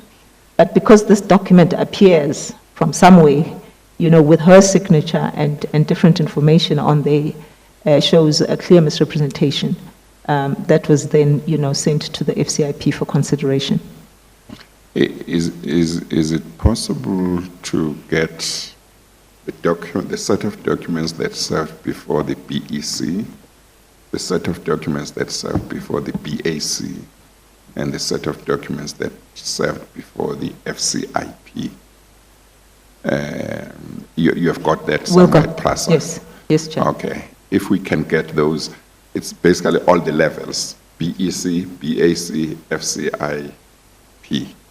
That's correct, Chair. So one can have so I can have the documents in front of me, I can see where the differences are in terms of what was placed before which level.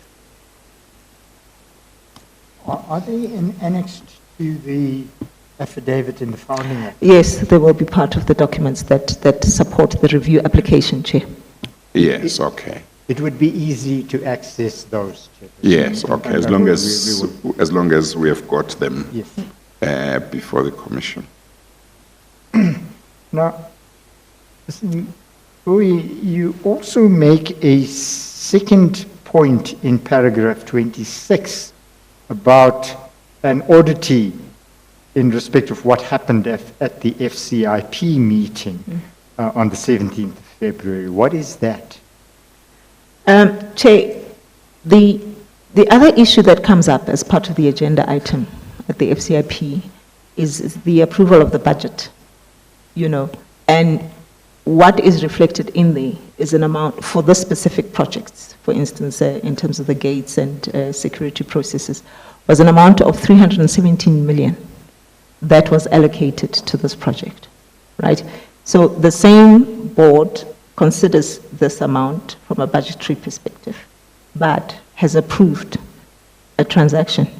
The FCIP, in fact, recommends a transaction that is way above this amount that they would have considered as a budgetary amount for the MTF, where this project was concerned. So there's an anomaly there, Chairperson, because clearly, if you know that there's no budget for this, you should not then entertain an amount that is greater than that which you have budgeted for.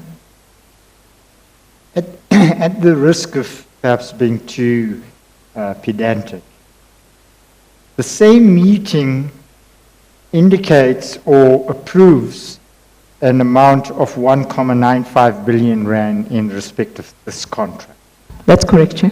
And at some stage during that same meeting, it is told that the budget is 317 million. That's correct, Chair. Would you be able, if you were asked to explain that sort of anomaly? I don't know if I can explain it, Chair. It shouldn't have happened. I mean, it just common sense, I guess, where one is sitting. You've got to analyze these things properly, and applying your mind, you would have picked up that there's something amiss as far as this is concerned. Right.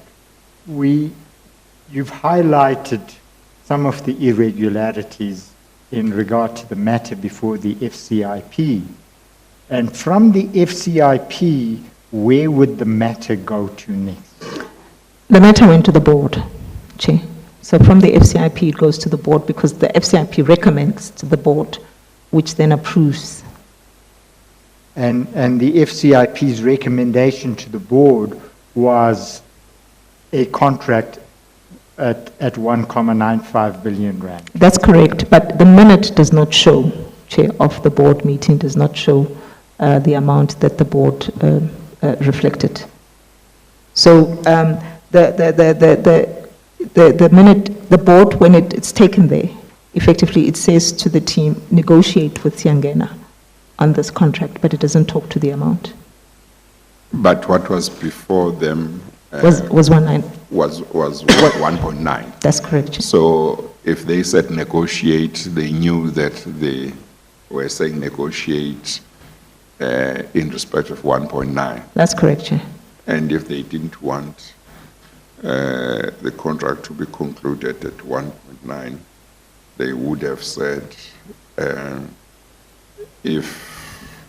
depending on what they meant when they said negotiate. One thing is they could be saying negotiate a lower price, or they could be saying negotiate everything and conclude a contract and we leave it up to you. That's correct, Chair. But if they didn't want a contract to be concluded on the basis of 1.9 billion, they would have said, well, negotiate, but if the price doesn't come down to whatever, put a figure, then don't sign. That's correct, Chair.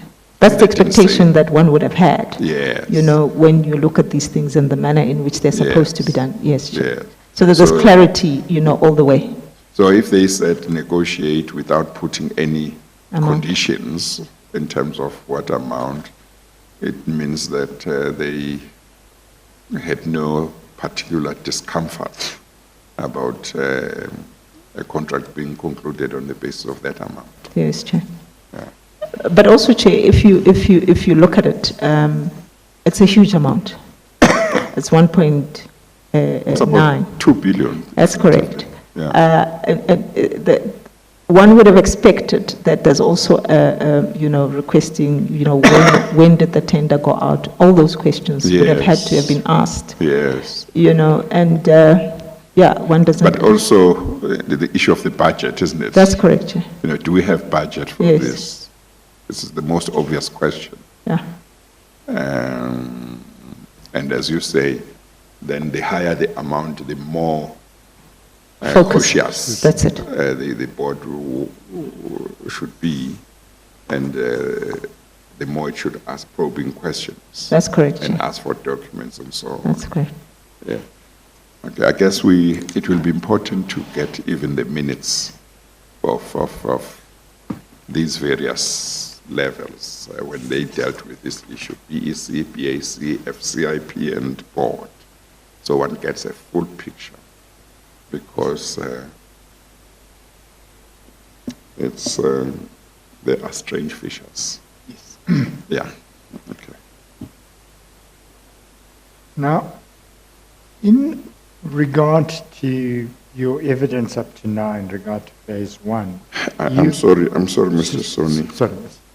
So the people who sit in the BEC, BAC, and FCIP are officials of employees of PRASA. No board members sit there. The BEC and the BAC would be employees of PRASA. Yeah, The FCIP it's is a board subcommittee members. of, It's a of, sub, of, the, yeah. of the board. It's a subcommittee of the board. So it's only Yes. board members. The management that goes to the FCIP Yes. would just be, you know, for cases of presentation Yeah. of the matters to the FCIP, but they're not Yeah. members of the FCIP. Yeah, well, I was asking that question because I was wondering whether somebody who may have served at one of these levels wouldn't pick up the discrepancy on the price when the matter came before the board. But if board members were only at FCIP FCIP. level, and they were misled into thinking that this was the price that had always been attached to this project, they might not have any issues when it came before the board. That's correct, Chair. Whereas if somebody who had sat at BAC level happened to be aware that this matter was before the board and saw the figure, they would say, hang on, when this thing was before us, the figure was 1.1. So how do you explain this? Yeah, it's very unfortunate, Chair, and I think what we picked up because of the anomalies that were happening in PRASA around the submission of documentation to the FCIP, because of these issues, you know, that the chairperson, for instance, of the FCIP is not the person that prepares the report that goes to the FCIP. The report is prepared by the CPO, the Chief Procurement Officer, and the chairperson of the FCIP does not have sight of what then is referred to the FCIP by the CPO. So there's that missing link, you know. But ordinarily, the report that would go to the FCIP would have been prepared by the chairperson of the BAC. Well, it should have been, that's not how it was. Normally. That's it. That's what happens normally. That's it. But it didn't happen that way at PRASA. It was the Chief Procurement Officer who prepared a report to the FCIP. Yes, but what I'm trying to understand, and I say you say at PRASA, what I'm trying to understand is what the practice was at PRASA generally, and that what happened on this occasion was something that did not accord with practice at PRASA. No, Chair. At PRASA, It's instead, always prepared by this the CPO. procurement. Oh, Yes. okay. So we found out, in other transactions, Chair, that Yes. were done, Yeah. where the board started questioning Yes. certain things, Yes. where we then went back to the chair of the FCIP. BAC. BAC, yeah. They would not necessarily agree. I remember the one report. matter, yes, when the chair of the BAC said, but that's not the report that I would have sanctioned as the chair of the BAC to go to the FCIP. So, that continuity was just not there. So you have one person being in control of a particular process, but you have another preparing a report. Yeah, it's So- quite strange if it's referred to as a report of the BAC. That's correct. To the FCIP, if it's not prepared by the BAC or the chairperson. That's of the correct, BAC, because actually it means it's not a report of the BAC, it means it's a someone report of the else's CPO. report of what the proceedings, how the proceedings were. Yeah. Okay, but that was PRASA practice. Well, that's how we did things, Chair. Okay. Now, Mr. Mbata was the Chief Procurement Officer. Is that correct? That's correct, Chair. In that capacity, would he be a member of any of the committees like the BEC or the BAC? Well, he makes submissions. So he would be the one that He effectively sponsors. that's it, Chair. Yes, Yes. things that come before these committees. That's right, Chair. Okay. And would he attend the BAC meetings? He would have to attend the BAC meeting, Chair, because. Oh, because he is That's it, because the questions that are posed would be posed to him. So in this respect, he was present at the BAC meeting. And this highlights the anomaly raised by the chairperson, that the person who has an interest in either asking the BAC to sanction or reject a contract is the person who's then going to do the report for the FCIP. That's correct, Chair. Now, in your evidence up to now relating to phase one, Ms. Mboyi, you've detailed the irregularities and so on. In paragraph 28, you summarize that. Could you just summarize, just so that we have a total picture of how irregular the process was? Yes, Chair. So effectively, there was no open tender process. And there was not even a request to deviate from the open tender process. There was no RFP, and there was no evaluation criteria, because that would be stated in the tender documentation. So effectively, bidders were asked to really make, I say, a shot in the dark, and hope that PRASA would be happy with it. And that's why I then earlier on referred to Protea, Chair. Protea Coin submitted a response. Their amount was 1.3 billion. Now, if you had to then look at the amount that was finally awarded, 1.9, the award should have gone to Protea Coin because they were the cheaper ones. But it didn't. It went to Siangena. And what do you say about that in paragraph 28? Protea, I do mention that Protea Coin tendered the price of 1.3 billion, which was much cheaper than Siangena. It lost because of a funding model. So apparently, as part of the submissions that Siangena made, it provided a funding model. But that funding model was not a requirement that everybody knew they had to give as part of the responses they made to PRASA. Well, when you say Protea Coins tendered contract price was 1.3 billion and it was much cheaper than Siangena's one.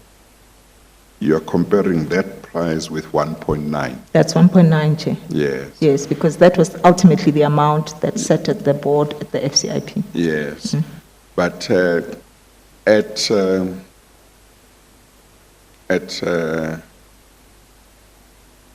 we know that at BEC level, And BAC. all the prices would have been there, is that right? That's correct. But do we know whether at BAC level, all the prices would have been there and at FCIP and at the board? All the prices would be there, Chair. Would have been Yes, there. they would have had to be there. Yes. Because you, as part of the reporting, you then Yes. show who came where Yeah. and so So on. because Siangena was still competing Yes, throughout the process with Protea Coin and so on. that's correct, Chair. So Protea Coin's price was there, Siangena's price was That's there. correct. And basically both at FCIP and at board level, the FCIP and the board had to look at 1.9 billion and 1.3 billion. That's right, Chair. And in each case, they chose 1.9 billion That's correct, Chair. instead of 1.3. 3, yes. But in the minutes of these, of the FCIP and the board, and I know Mr. Soni might still have been planning to go there, is there, does the FCIP and does the board, when the matter comes before it, deal with what justifies taking, giving the contract to Siangena at 1.9 billion when Protea Coins is at 1.3? No, Chair. They don't? No. How is that possible? It's not reflected in the minutes. One would expect you see that in the minute, but the deliberations did not, factor that. Nobody said, but the difference in the price is so vast. Yeah. Do you know whether there was anything that Siangena had put in the documentation that anybody could, or that they sought to use to say, in case somebody else has a lower price, you would still be justified in awarding us the contract because of ABCD that they don't have and we have. This is the funding model that I referred to, Chair. So as part of their submission, Yes. remember at the time PRASA was saying we don't even have money to Yes. run with this process. Yes. So they prepared a funding model, Yes. which would then assist PRASA in carrying out this Yes. particular transaction. Yes. Protea Coin didn't. Yes. And with that benefit that they had, furnished to PRASA, Yes. they were the ones that were considered. Yes. Because Protea Coin really loses on the basis that there's no funding model, Yes. and when you think about it, it does make sense that PRASA would have wanted somebody to suggest how we're going to fund this thing, because the evidence that has been given shows that there was no budget really for this. So this funding model would have assisted the organization. I may have missed this, but the funding model, are we going to deal with it at some stage to say I was going to. how beneficial it was? What was its real, did it have real value Yes, to PRASA? yes. Okay. Now, earlier in your affidavit, your supplementary affidavit, the one we're looking at, you made the point that nobody knew what a funding model was. That's correct, Chair. Now, just taking that into account, and it seems to have played an important role in making in having the award made to Siangena, effectively, what did the funding model entail in respect of budget? Because what we see is a price of 1.9 million rand as opposed to 1.3 million rand. But to what extent did Siangena fund anything for PRASA? Well, in the end, it didn't happen, Chair. When the whole process started, it was clear that PRASA does not have money to undertake this project from a budgetary perspective. So Siangena then proposed to say, we'll give you a funding model that would then assist you guys in terms of, carrying out this project. But what happens in the end is that that funding model does not then play a role in fulfilling the contract that PRASA had entered to in Siangena. So they did not give money to PRASA, as an example, to assist PRASA with carrying out the project, so that PRASA could then pay it back at the time that it had the necessary monies. So, it was a proposal that was made by Siangena right up front. Remember, this process is not proper, Chair. Yes, but I think what Council is asking is, tell me the features of this funding model that Siangena put forward. I think you are talking about after the contract has been concluded, that ultimately they didn't deliver on the funding model. But at the time, they put, when it was simply a proposal, what were its important features? Well, it's around how they would assist PRASA in funding the project. So they would pay, they would effectively... They would provisionally fund the That's project it. themselves. That's it, and then they would be paid by PRASA when PRASA's got the sufficient funds. Effectively, they would lend PRASA money. That's correct. And then later on, when PRASA had money, then PRASA would basically pay back. refund them. That's correct. Because at that time, it was very clear that there's no money for this project. Yes. Yes, and that's one of the issues. Remember, Mr. Ganjo had raised it up Yes. front, that we don't even have a budget for this. Yes, And when you yes. also look at the NTF amount that was put to the board of 317 million, it's way less than what was required for this project. I take it that to the extent that they put up a funding model, that is Siangena, that they would have charged an interest for the loan. I'm sure, yes? Yes. Did you get to know how much of the 1.9 billion would effectively have been interest, and how much really would have been the capital? Well, Chair, I don't think I would venture into that. But when you look at what the BAC was settled with, it was an amount of 1.1 billion. Yes. So that is what, That is with the funding model being part That's of the correct, proposal. yeah. Yeah, So this extra 800 million was just thrown in. yes. But what I think Mr. Soni wanted, and what I'm interested in, is what it is in the proposal that, in this funding model, that may have been so attractive to the BAC members, to the FCIP members and the board, that they would think it's fine, that 800 million, additional 800 million rand is fine. We'll go with Siangena and not with Protea coins. But of course, I think one of the points you have been making is without a funding model, there would be no project. That's correct. Chair. Because PRASA didn't have We didn't have the budget money. for this. So it seems therefore that either the board would say, we take the only party that has got a funding model, or we don't proceed with this whole thing at all. Yes, correct, Chair. It was, that Yeah. was the choice. That's correct, because the basis on which Siangena really is the successful party is on the funding model. Yes. That's why I say, when you compare the Yeah. price of Protea coin Yes. with with that of Siangena. Yes. Ultimately, that was presented for approval.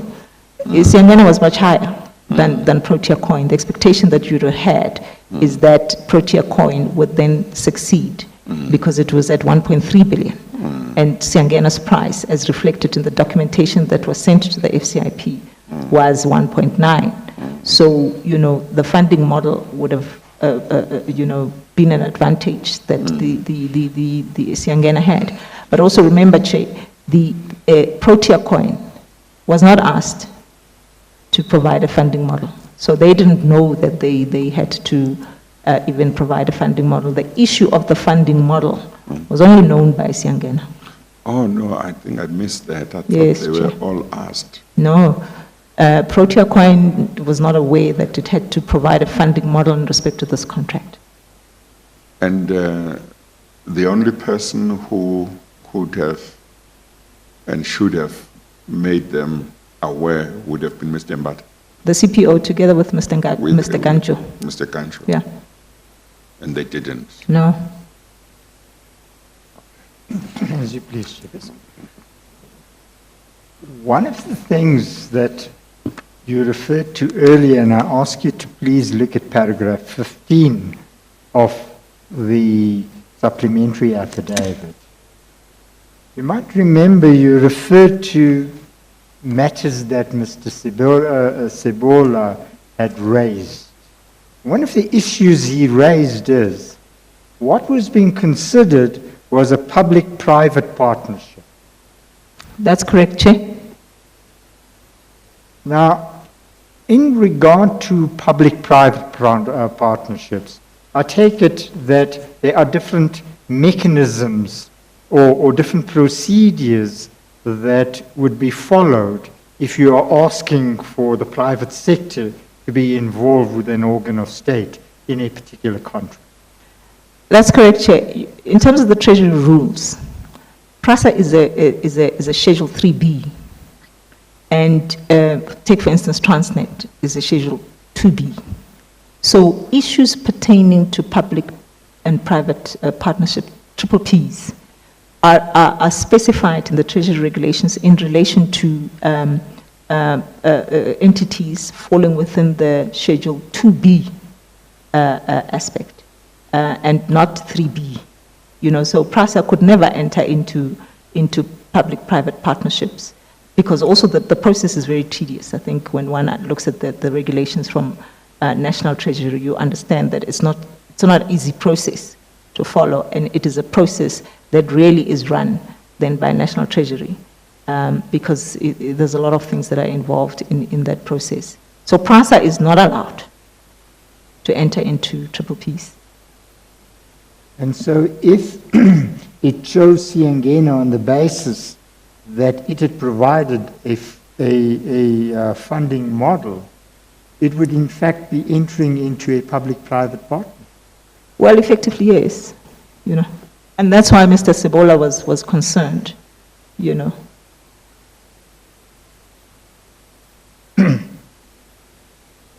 Then you finalize paragraph 28, Ms. Ngoi, with two other points. Of course, Mr. Soni, somebody will need to speak about this funding model and evaluate it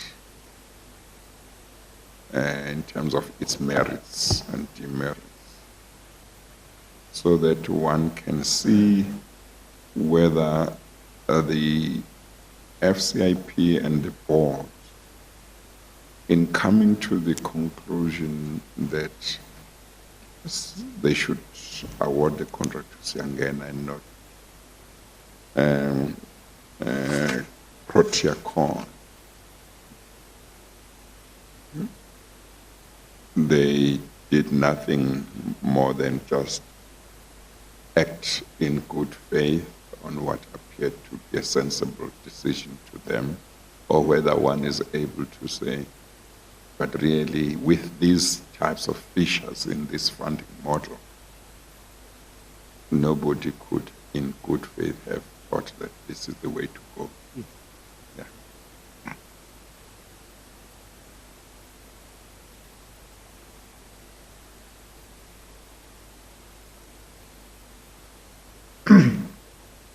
Sorry, Ms. I'm just then finalizing your paragraph 28, and you say you talked about minutes being forged. Would you tell the chairperson what that is about? These are the minutes, Chair, from the BAC that one speaks about. You know, the fact that the BAC minutes had not been signed, but you then have a copy of the minutes that are now signed. And this is obviously the allegation that Ms. Tara Ngubane makes to say, look, I don't know anything about those minutes. So it's a clear indication that, you know, there was a forgery of the documentation that went to the FCIP. But also in what we've seen in the evidence in relation to the minute of the board, where the board does not specify an amount, right? But the excerpt that gets then prepared is prepared on the basis of the resolution of the board having approved 1.9 billion. This is what I'm referring to, and this is the evidence we were able to pick up, you know, when we did the investigation. So in addition to the BAC minutes being forged as indicated by Ms. Ngubane, there is evidence that there's a discrepancy between what the board decided and the resolution, the written resolution. That's correct, Chair. And then you make the point that the minutes in respect of the budget were self-contradictory. That's correct, Chair. I explained that, you know, to say it's 317, it's 1.9. I mean, if you look at it in totality, it doesn't make sense that you would approve a transaction of 1.9 billion when you have only a budget of 3.17. So I'm just asking, and perhaps this may not be something you can answer. The board at that meeting says, or the FCIP says, we've only got 317 million rand, but we're accepting the tender for 1.95 billion rand. Do they, in that, indicate that this is because Siangena has provided a funding model which allows us to overcome the budgetary constraints? I guess one could explain it that way, Chair, if you really think about it, because it just doesn't make sense that you know your budget is what 317 million, and yet you approve a tender of 1.9. You know, one would think that they also relied on this funding model that Siangena. No. But I'm asking a different question. I'm saying, in explaining why it accepted the amount of a contract of 1.95 billion rand, did the board say that notwithstanding that we only have a budget of 317 million, this allows us to overcome that difficulty? No, that's not reflected, Chair. The minutes don't show that. Right. So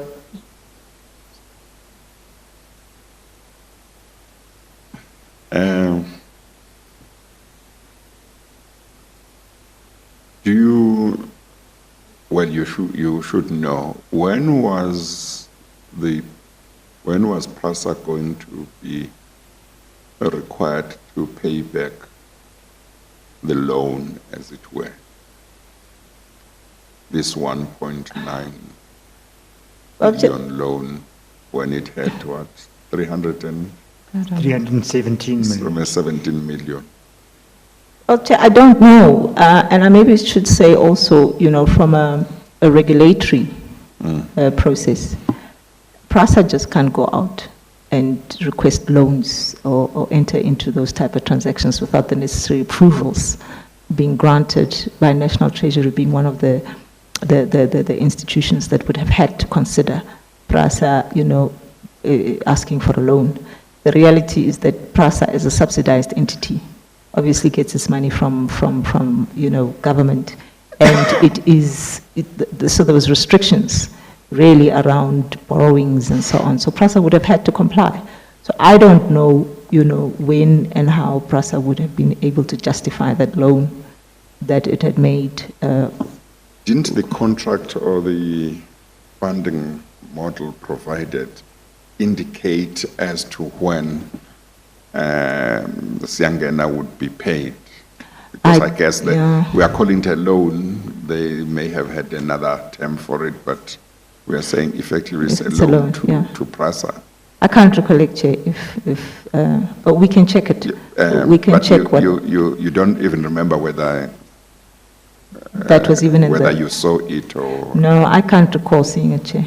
I'm just wondering in terms of how long it would take for them to be able to pay that kind of money if they had 300 and something million in the budget.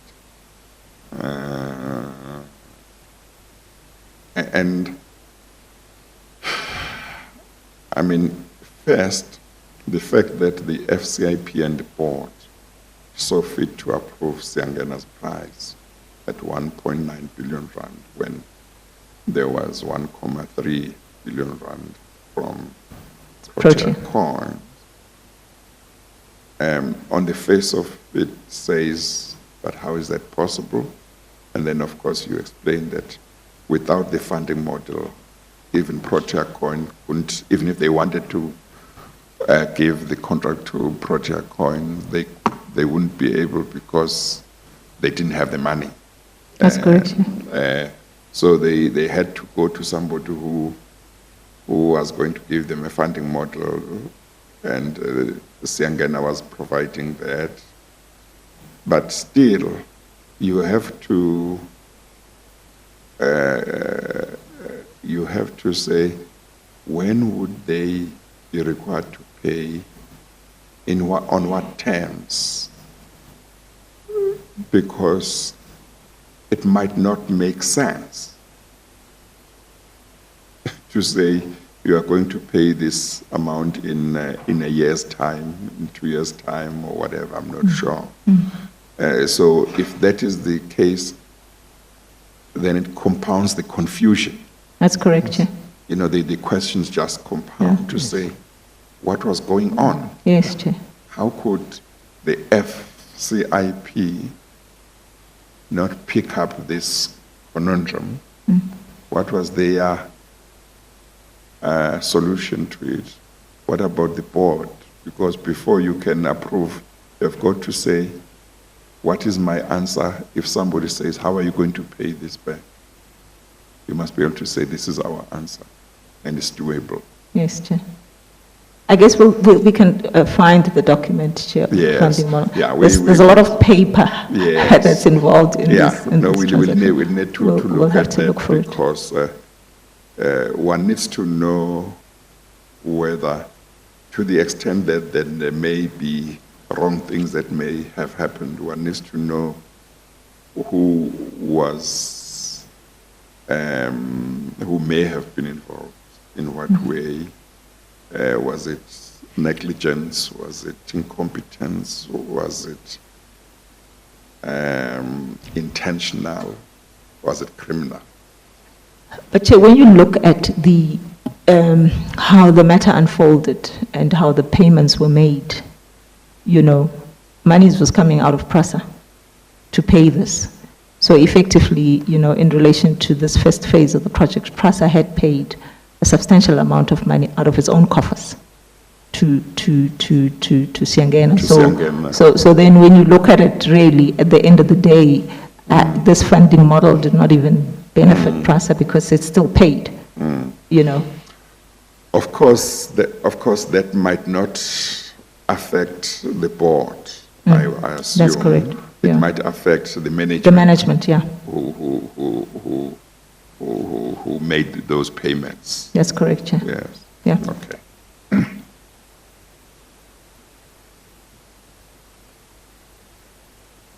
Now, that was phase one of the contract. And was that the end of phase one, or was there another twist to phase one?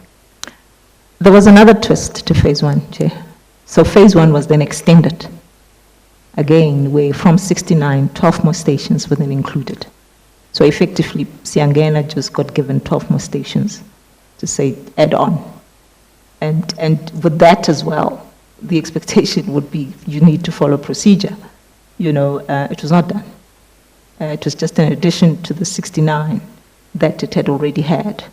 So once again, you can safely see that we were not doing things in accordance with how they're supposed to be done. And just to illustrate the growth of the contract, it starts off with 2, where Siangena is a subcontractor. It then ends up with 7 as the main contractor. Then it becomes 69. And now with this extension, it becomes 81. Is 69 plus 12, 70, yes, 81. is it? 69? Yes, 69. I'm not counting, so I'm leaving the counting to... It is 81, Chair. Okay, Chair. Yes, it Is is it 81. 81? It is 81, Chair, It yes. is 81. Yes. And how much did these 12 additional stations, did they cost PRASA? It was 350 million, Chair, for the additional 12. Is that on top of the 1.9? 1.9 billion. So it now becomes about 2.2. 2.2 billion. Yeah. When the contract was originally given to the entity to which Siangena was a subcontractor, how much was the price there?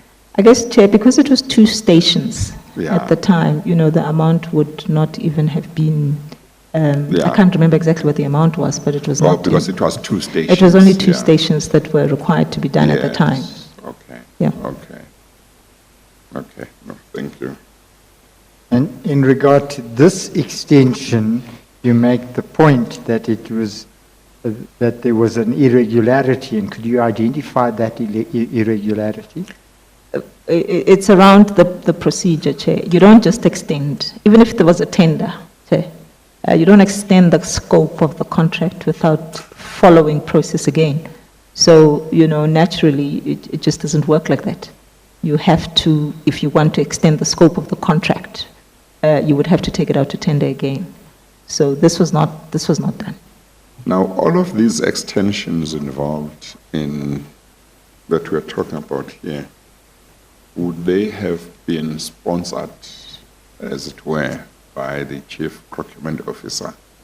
He was part of it, Chair. So He was part of it, He was yeah. part. So effectively, Yes. between the Chief Procurement Officer and the Group CEO, Yes. all these things would So- be sponsored, and they would have to be done. Yeah, so it would be, it's either both or one of them. It had to be both. Yeah, it had to be because both, that's yeah. it, Chair. Yes. Okay. And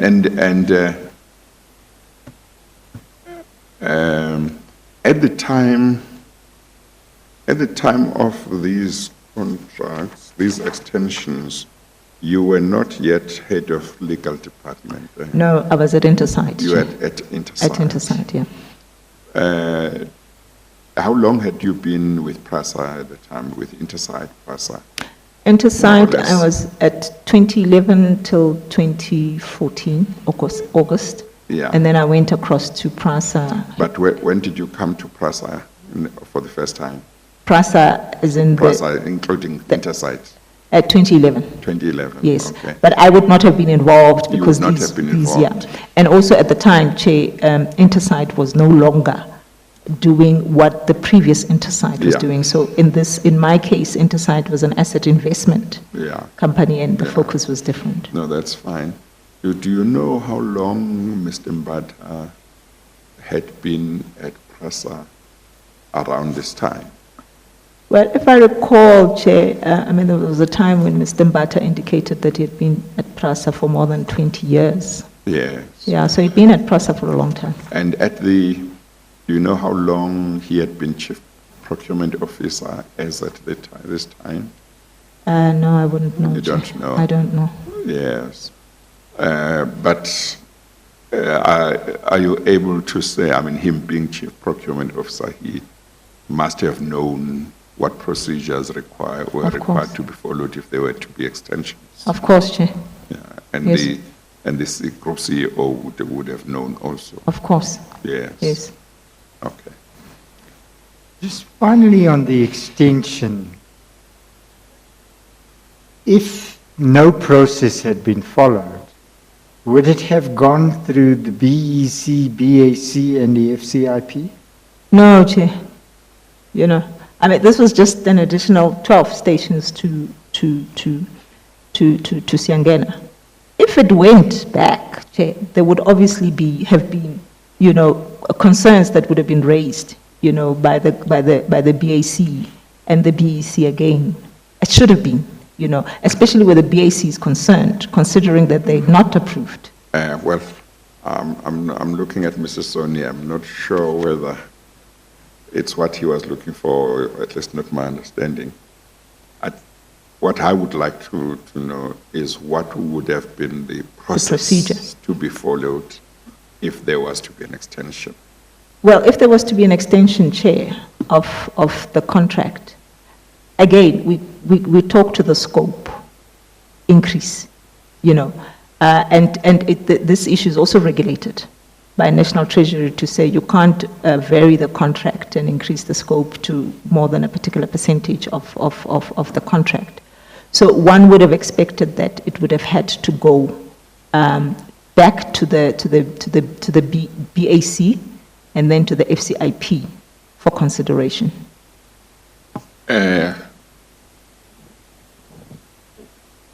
Would it not have been necessary to issue a request for bids? In other words, start right from the beginning. That too, Chair. Because Remember, you could have a situation where you decide to give the contract in regard to other train stations to somebody else. Yes, Chair. And if you don't invite other people, you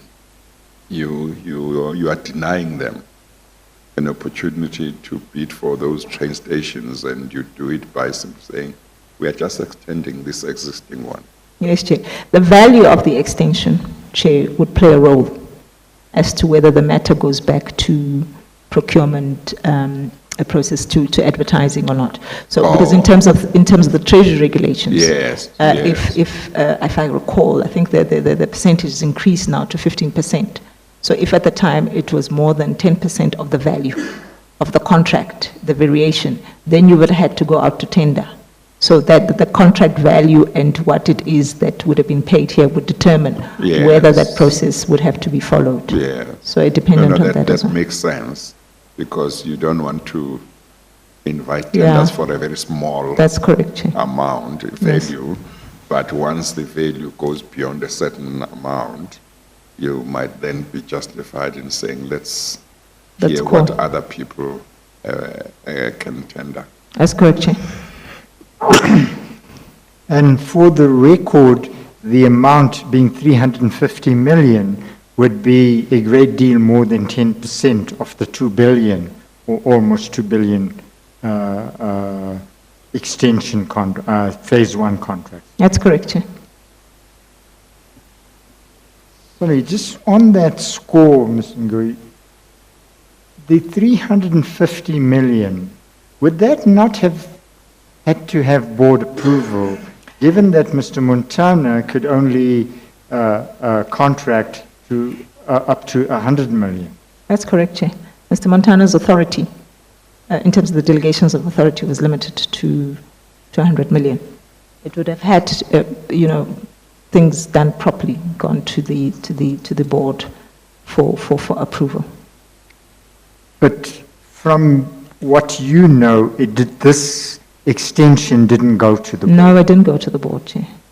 So that would be a further basis to impugn the award of the extension to Siangeni. That's correct, Chair. I mean, you look at how things were done, it was like, doesn't matter, let's go ahead and do it. that have been reflected in the financial statement of PROSA at the end of that year? Let's say 2011-12. Sorry, what reflected? What is reflected? The amount of the extension or the amount of the contract. Well, I don't want to venture into that, Chair, because I'm not sure. I've not necessarily looked at the financials, so I wouldn't want to say yes, they were.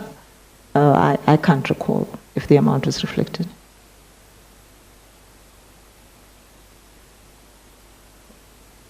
I suppose what we would have to do is to look at the financial statements and see whether, in fact, these matters are reflected as set out in your affidavit. That's correct, Chair.